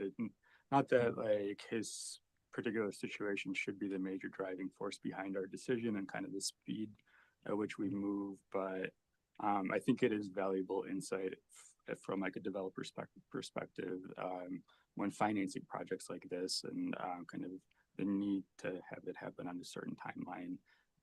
I think just to kind of provide some background, Jake, is councils in the past have very quickly led with their heart a lot when it came to kind of big financial decisions. And it's kind of put the city in awkward, if not bad situations sometimes. So that's where I think a lot of the hesitancy is arising from, and a desire to make sure that this is done in some sort of structured manner that is a repeatable thing that can be pointed back to. But sorry. Yeah. Just whispering. Oh, no. But yeah, I'm just interested in his. Jason, you had something first. Yeah, so I was gonna say, I think that I agree with everything you guys are saying. I think that this is a good project, and I think, but I also we do need to have a policy, because I think these funds are not unlimited, and I think that, I think we should support this. This is exactly, in my mind, what the Wahoo funds were intended for and what their intended purpose for. And if we can create a policy, but it's also, like, someone said, this is us we're not going to get into the housing market. We're not going to get in, and so these Wahoo funds are us supporting people who are coming and this is 144 units that you can almost touch. It's the closest we've ever gotten. However, I do think that these funds, is everybody has said and everybody agrees, they're not unlimited, and stuff. And there's going to be another project, that comes up, and they're going to be like, hey, you guys gave them 100%, we want 100%. We've set the precedent for doing this. So we need to be very careful about, where these funds go before. I also think too that, the elephant in the room kind of goes back to Walnut Lane a little bit. And some of these Wahoo funds are tied up in Walnut Lane. And so, and my concern is that if something happens with Walnut Lane and we end up working with someone else, we need to that policy needs to cover things, like Walnut Lane, where we put money into it to pay for it, that we're able to pull those monies back, and recoup some of that funds to replenish this fund, according to the policy. And so, so as we think about this and we talk about it, I know that there's lots of pipe dreams about what could happen with Walnut Lane, but we also need to consider that within the umbrella of Walnut Lane, there's these Wahoo funds that need to be accounted for and used for, either future use or set the precedent for people like Jake's project, who is doing exactly what we intended it to do. I mean, Jake is doing this project checks every box, of what we want in a housing project, and when you look at it, 144 units divided by 190,000, it's like the city's pitching in, $1,300 or something, or that Per unit. $1,300. What's that? Per unit. Per unit. That's pretty minimal, for what we're getting, and for what it's giving to our community in the form of workforce housing that's within the city limits, which I think is pretty admirable, is helping things along with that line. So Michael, could you come, because I understand that these guys might be under a timeline. I would like to hear what Jake has to say, but what's the possibility of you coming up with a policy, getting that to us so that we can get feedback and get it on our next agenda, November 12th. We're going to be meeting on a Wednesday. Talk about that later, but. Well, considering that affordable housing is one of the top goals of the city of Moab, I think this is a priority, and I would prioritize getting this going as quickly as possible. And I would encourage you to just schedule it out until the November meeting. I believe we're only meeting once in November, Right. Isn't that right? And then once in December. So we've got kind of an interest. Always do a special meeting. Yeah. because This might require a bigger discussion, so we could do a special meeting and if we needed to. I think I could commit to having something ready for you all by the November meeting. Great. But I think also too, we need to kind of talk to, maybe a couple different developers who have these projects coming on that are going to fit under this criteria and go, what works for you guys? Is it like, it's like, is a model where it's like part grant, part loan, is that something that these guys would be like, oh yeah, that's great. That's, that helps us out. Or, like kind of, I don't want us to come up with this policy that, that then these people we're trying to help are like, oh man, this is too muddled. It's too, this doesn't really help us. You put too much, too much criteria on this or too much, burden on us, it's no help. So get input from these guys. Like even like actually. Jake, And I think we can hit up Amasa too. So I think there's a few that we can talk to.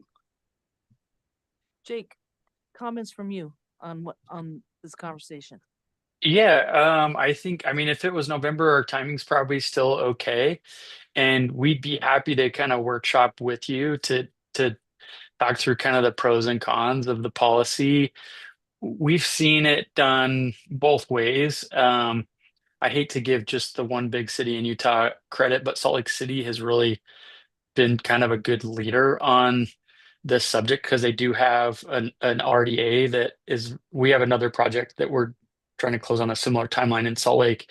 So we have RDA funds that are a revolving loan fund.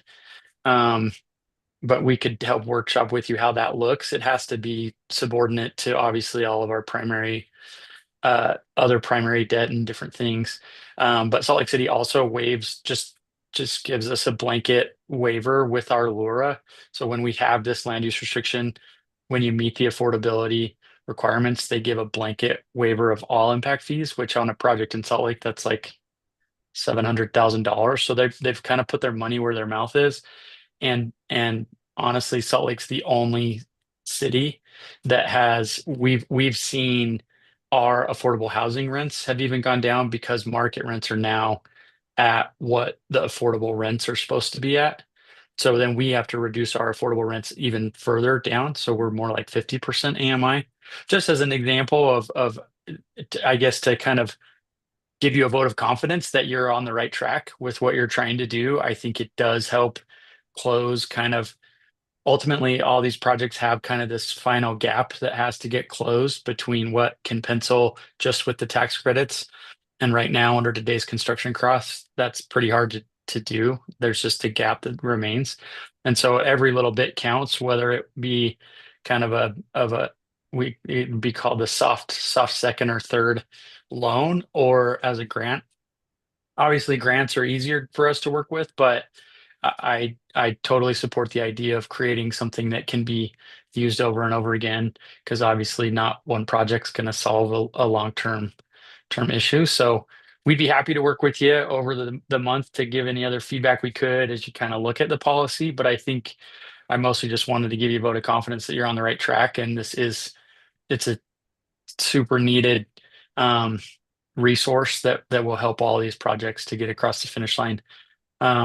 Also, timing wise, just to put a bug in, I know we have some kind of verbal, not commitments, but the county has expressed a desire to also participate, but they were going to kind of wait and see what you guys did.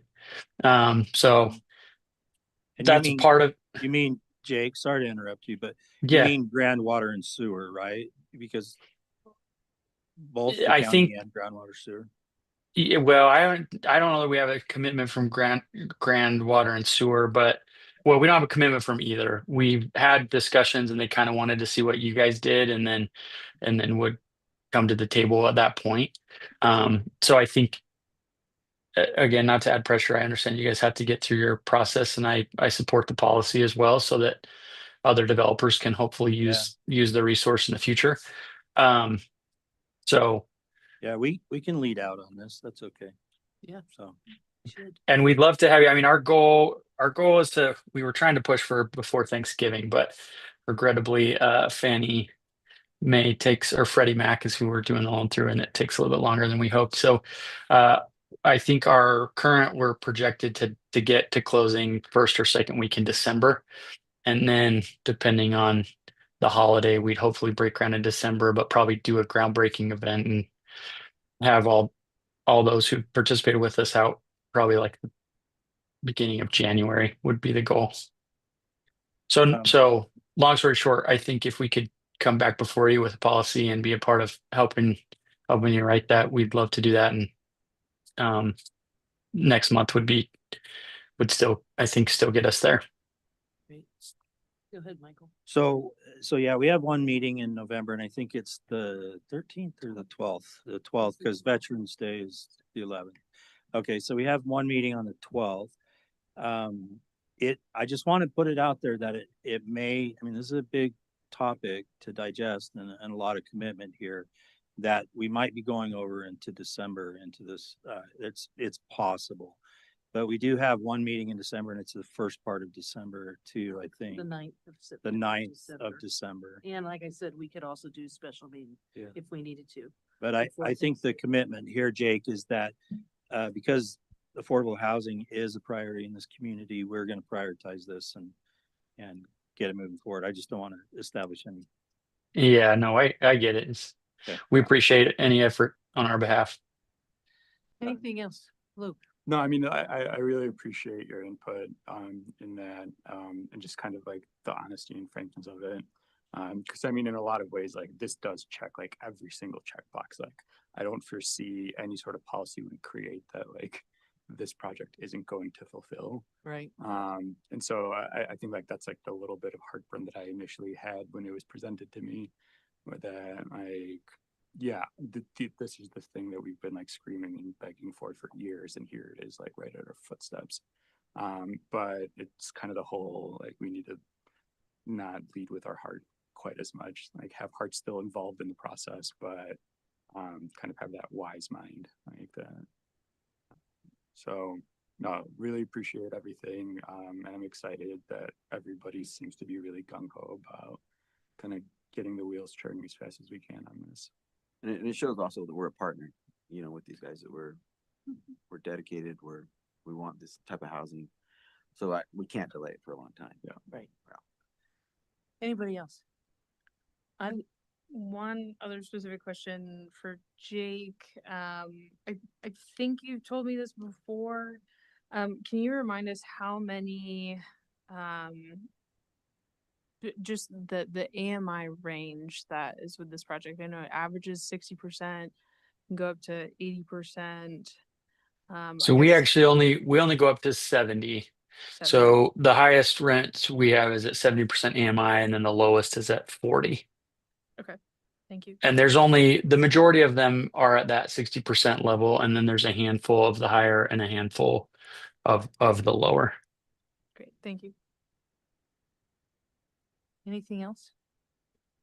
You need a motion to, Yeah, this is what I would suggest, is that we move to table the impact fee waiver for the cooperative 1581 Affordable Housing Development Apartment Phase 1 for water and storm or sewer and Sewer. I don't know how water got in there, but so sewer and storm drain impact fees, and direct staff to develop a waiver. What would the policy be? well, to propose a policy to guide a Impact fee waiver? for Policy. affordable housing projects.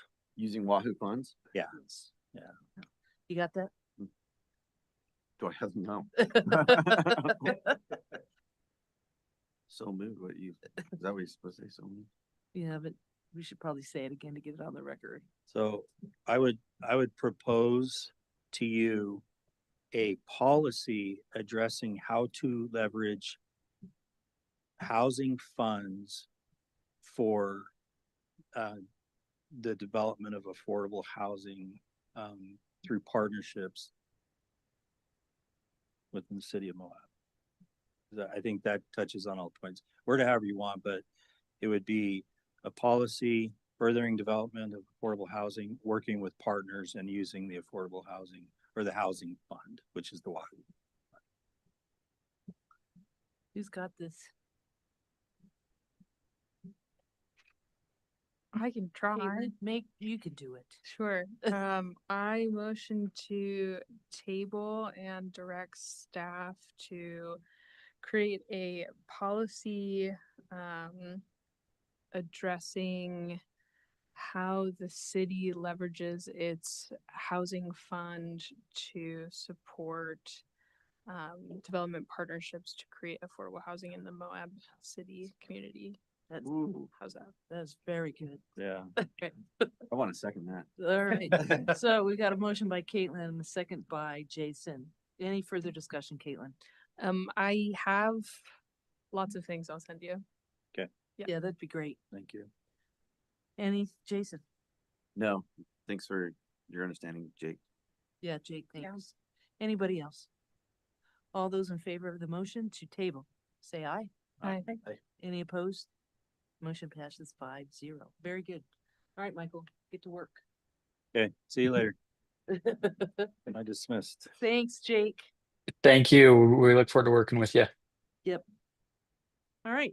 That was the end of our general business, and next we have the city manager updates. Just got a quick update for you. I told you that I would keep updating you on Walnut Lane. We definitely are prioritizing that cleanup. Even before comments were made, I've been working with my staff and the administrative office to move that forward as quickly as possible. There was a lot of delays in the project that had some to do with the scope of the project, but also to do with other priorities that were happening throughout the city.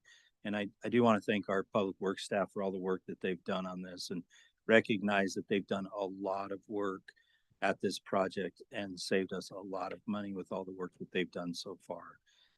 They're going to be out there soon. We're looking at scheduling them to get out there. I know Levi has been working on getting a game plan together, and there's a plan to get out there and start cutting up frames and removing any debris that's standing out there.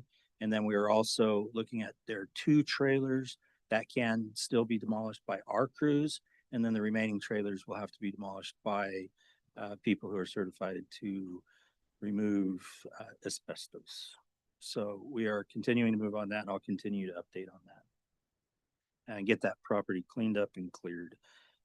There's a food drive going on right now. I think the mayor's going to talk a little bit more about this, but I just wanted you to know that the city staff is supporting a food drive here at City Hall. Anybody can drop off food here, and we're also accepting donations for the food bank in support of our workers who are not being paid right now, as well as those people who will be losing SNAP benefits in this coming, will not receive the SNAP benefits at the beginning of this coming month because of the government shutdown. And so our staff is on board with that. We've already got donations, and we do have some cash coming in as well that will be going over to checks that will be going over to the food bank. And we appreciate all the work on that. I had a discussion with the county and the cemetery. Can't remember what his title is, but it's Sexton. Okay. So I had a conversation with them. It was a really good conversation. This is centered around, or got started because of the water tank that was recently approved by the overlay zone was recently approved by the county commission on property out on Spanish Trail and Spanish Valley Drive. The other side of the street is the cemetery, and they wanted to meet with me to talk about what the plans are for the rest of that property. And frankly, right now, we don't have any plans. We talked a lot about their plans, talked a lot about the history, really enjoyed meeting with them and learning more about the history of the cemetery and what their plans are going forward. And I think we have an understanding where we are now. So that was good to do that and resolve that. They did have some concerns that I don't think they needed to be concerned about. The other, I already mentioned this, but I just want to mention it again. 100 East and Uranium is all but finished. It's been striped. It looks great. It's hard to remember when you're driving down that how bad it used to be. And I think Cane Creek is the same way. But just try to remember how horrible that was, so you can give credit to how great the new road is. So it really is great. It looks great. It's a great design. It was implemented very well. And I think we've got a lot of other nice amenities out of it as well, not to mention safer streets for pedestrians and wider sidewalks for shared use paths. So, and a drinking fountain. Yeah. And a drink fountain. Save the trees. That's been mentioned by many Yeah. people. Never said that was pretty. Definitely. Any chance we get to keep trees that are already there we're doing it. Any updates on the dispatch discussion with the county? No updates yet. We have sent over an MOU, which offers to pay an amount of money that they had.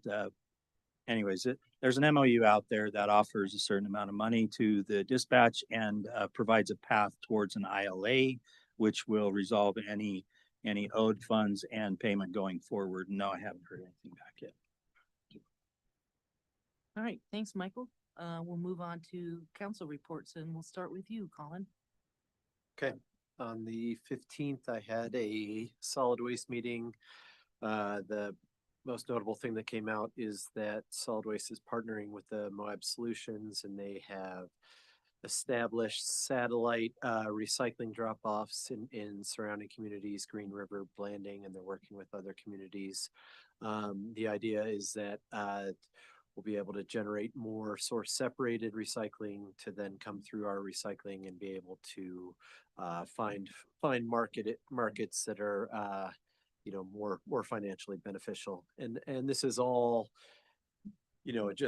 I've been so impressed with the new district manager, and this is just goes to show that, that the solid waste district is in a totally different place now, where we're actually, they're being very proactive and trying to figure out, established programs like the composting program that's beginning very soon, that add more benefit to our community and our, the service that they provide. So it's a really neat time to be involved with that organization. On the 21st, I had a meeting with the mayor and Caitlin, and a lot was discussed there. The 23rd, we had our final non-motorized travel management plan TAC meeting, where we looked at the 90% draft for the plan. It's a wonderful plan. And it's got to be said that I talked to the project coordinator for that, and the project coordinator was just gushing about city staff. I mean, city staff have really been, one of the real drivers of this plan, and they've just been so engaged and participatory in this process. So, everybody has noticed that and has great appreciation for the city staff and all of their involvement in this plan. It's going to be an amazing plan when it comes out. And then just a shout out, last weekend was the last couple of weeks have been an enormous use of the ball fields that we're looking at this redesign of. I know I participated in an event that then city staff had to stay very late that night and come very early in the morning to change the park over to be able to host a softball field. They've had the Celtic event. They've got Folk Fest. It's just the city staff is just working so hard to keep that ball field, moving and be able to accommodate all these different, very, very different events. And so kudos to the city staff. And then also, it just, this plays into, this is exactly why we're, redesigning these ball fields and putting, resources into this process, because, even in my years here in Moab, I've just seen the use of the ball fields just change and evolve. And so it's perfectly, timely that we're now thinking about a redesign of that amazing community resource. So that's it for me. Thank you. Luke? So a lot of my meetings were kind of interrupted by the baby. So my wife needed me to stay home for the Quissa meeting, so I zoomed into that and had to feed the baby during the meeting. So kind of ham-fisted that a little bit, but there's nothing too concrete in there. I'd say probably the most newsworthy discussion was talking about the cloud seeding partnership that's kind of happening with the different water agencies in San Juan County and Grand County. We'll see how that goes. And then really just kind of establishing budget reviews for a December meeting. Did Quissa contribute financially to the I believe so. They did. Yeah, I believe they got contributions from the county, San Juan County. They contributed. I know they were looking to us. I don't think we did. Okay. But yeah, then I attended the planning commission meeting. Unfortunately, there's some technical difficulties, and so we weren't really able to see too much of the active transportation plan that was being presented. And I ended up having to leave to once again feed the baby. So I'm waiting on the minutes from that meeting. I'll really kind of the contents of what happened there. But other than that, it really just had the meeting with the mayor, attended some campaign related events, and just kind of getting ready for the next surgery that's happening on Friday. So Good luck. Yeah. Yeah. Good luck. thank you. Caitlin? Okay, on the 15th, I attended a LPC housing subcommittee meeting, did a brief presentation. Washington City Trust Lands Administration and a developer have entered into a public-private partnership to build housing on Sitla Ike trust lands. And they kind of talked about how all of them have contributed, you know, developer taking a smaller cut, Sitla selling for slightly less, city contributing some stuff. So, you know, just continuation of Sitla continuing to look at how they're potentially going to use their lands for housing in other ways. Is that the development in Ivans? It's different from Ivans. Oh, interesting.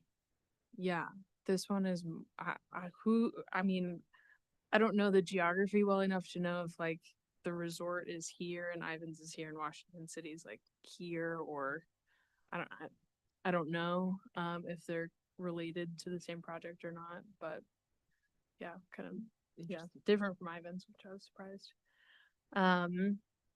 We also did a quick review of the Utah Strategic Housing Plan draft. I think kind of general consensus from that meeting is no one is really seeing major red flags. I think there's general support for what's in the plan. It's a bigger question of what the legislature will actually do or not do with it.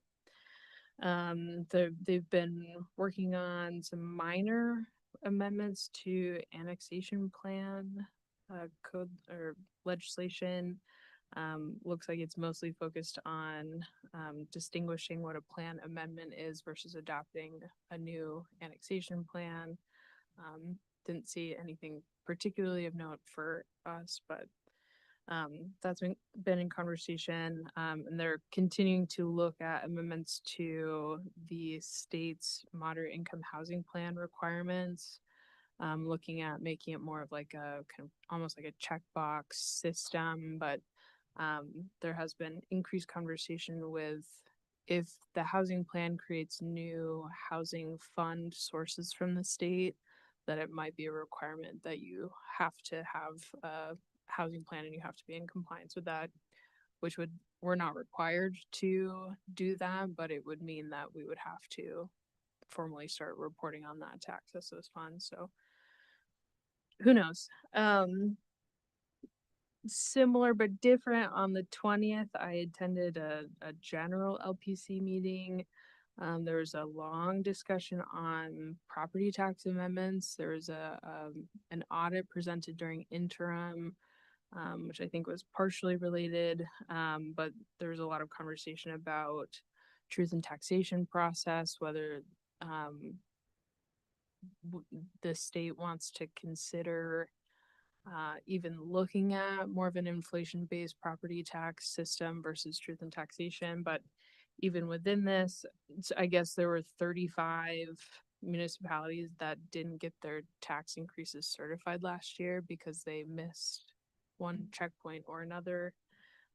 So they're looking at some processes and a lot of the deadlines associated with that, also recognizing even for us that, you know, municipalities have to adopt a budget before the state mandated timeline for truth and taxation. So I don't know. I think the biggest thing that I find most interesting is they're looking at potentially changing the primary residence exemption from 45 to 55%. Right now we get 45% reduction. That would kind of reverse that. So you get a bigger exemption on residential primary residence property taxes. Did they give you any indication how realistic that would be at the legislative level? No, but I did hear on the news that Salt Lake County is proposing a 20% property tax increase this year. So, yeah. So I'm wondering if that's tied to it. I don't know, but that was not discussed, but just a connection I made over the weekend. Related to that, kind of structurally, I do know also in interim housing grants programs are mostly moving from DWS to GOEO. And they're also looking at some pretty big structural changes to homelessness. services. So it'll be interesting to watch how that goes. On the 21st, I had a meeting with Mayor and Colin, and otherwise we'll very much echo excitement about the ball fields. It's been used, and I think just being out there and watching people interact, seeing, bikers kind of tear up the fields and see staff come in late at night to get fields prepared for softball tournament next day. Shouts out staff. It is very much a multi-use rec facility here in downtown, so excited about that. On the 21st, I attended a wine and cheese event for Sea Haven. October has been Domestic Violence Awareness Month, and they are one of our partners at the city, so happy to support them and really appreciate what they do for us. I learned at that event, in addition to their expansion project that they're working at in the city, they are also looking at expanding their facilities in San Juan County. I mean, it just seems like they're growing like gangbusters, which is crazy. Which is kind of sad, but good for them. Yeah. It's good because it happens whether there's supportive services for it or not. Right. But yeah, just they are provide important service, so happy to see them succeed. And then finally, appreciate staff getting the residential utility assistance program out in the news. Would love to reiterate again, especially as the cold is starting to come in for folks that are maybe hitting some breaking points with bills. Definitely encourage people to look into the RUAP. What do we call it? Sure. I don't know, but yeah, actually that was one of my questions earlier. Was wondering how that has been going. It's going well, getting a lot of Great. traction. Great. That's awesome. That's good. Good. That's it for me. Thank you, Jason. So I don't have a whole lot. All my meetings are at the beginning of the month, so this is a quiet one for me. I had a meeting with the mayor and Tony last week, and that was basically about it. I want to echo what Caitlin and Colin said about this week. Last week was pretty great in Moab. There was the Moab Mountain Bike Fest, which had a bunch of different events going on in town. The ball fields were hopping all weekend long. They had a softball tournament. I talked to one of the people that helped put that on. They said that there was, I can't remember what it was. It was, see here. They had 40 teams from 4 states and 480 players. Wow. That's plus their families that were here. And they raved about our staff, and they did a great job. But it was super cool. It was I walked through there a couple times just to kind of check it out, and it was awesome. Like, people were just having a ton of fun. But then we had the mountain bike festival that was going on at different places in town. A lot of people were here for that, and then also Jeep Jamboree. So it was a great weekend, for for people coming to town. And then also it was great to see on Monday, the high school mountain bike team took state, and they went through town with the fire engine, so it was great, and it was cool to see that and stuff. So and that's basically all I have right now. Thank you. Yep. Connie. Yep.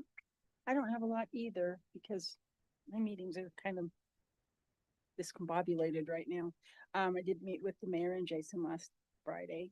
I did want to give a shout out to Sina Hauer for her column in the TI about it was about her mom, but it was about Canyonlands Care Center and what an important resource it is in our community, and how it so impacts families that can't care for their loved ones at home, but still want them close by and want them well cared for.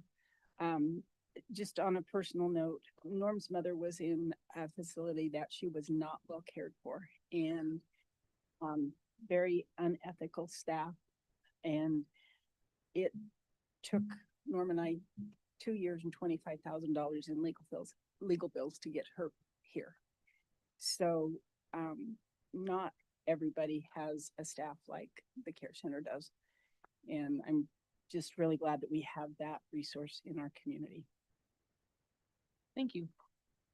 For me, attended a CERTA meeting last week and I forwarded you guys all the community economic development strategy, which has a lot of really good data on, counties, southeastern Utah. So I encourage you to look at that. We also talked about the SNAP program and it's possible that they're going to lose funding for food stamps, starting Saturday. We don't know that for sure. They may come up with some money so that that doesn't happen, but I think it's important for us to help support the food bank and get as much as we can over to them so that we can help support our folks that need food. And there's also another food drive going on, Michael mentioned, for our federal employees. And the CNHA and the MIC are hosting that. So if people want to give to our federal employees, that's a good place to provide some donations. And just so you know, we have 588 SNAP recipients in our county. So 6% of our county receives food stamps. That's a lot. So we want to make sure that they can have food to eat. Met with Billy Gee after our meeting, last meeting where he talked to us about noise and the concern with enforcement of speed. It was a good meeting. And I'm sure we'll be talking more about what he can do and what we can do to help to maybe work with the legislature on some modifications so that we have a clearer picture of what we can and cannot do. I met with Ellen Weinstein. She has got a lot of projects coming up, so it was really good to hear from her. She's really committed to the Moab community, and I think she's done a really good job of moving her project forward. And you know, it was very interesting because she's bringing her subcontractors in from Kentucky to keep the prices down. So that seems to be working for her, but hopefully we're going to see some more work out of the Shamrock in the future. This week is Halloween. And so on Thursday, I am going to give out candy to the preschoolers in the morning and in the afternoon. That's always fun. You guys are welcome to come and join me if you want. The kids are so cute and they get so excited. So please feel free. That's Thursday morning at 9 and I believe at 1. And then just so you know, our next meeting is going to be on a Wednesday instead of a Tuesday because Tuesday's Veterans Day. So we'll be meeting on Wednesday, the 12th of November. And yes. Yeah, so a general announcement. We do have an election coming up. City Hall is a polling place. You can drop off your ballots at City Hall and at the county building as well. And remind everybody, get out and vote. It's important. Thank you. With that, we do not need a closed session. I'll ask to motion to adjourn. Make a motion to adjourn. Motion by Tawny, Second. second by Colin. All in favor? Bye. We're adjourned. Thank you. Good meeting.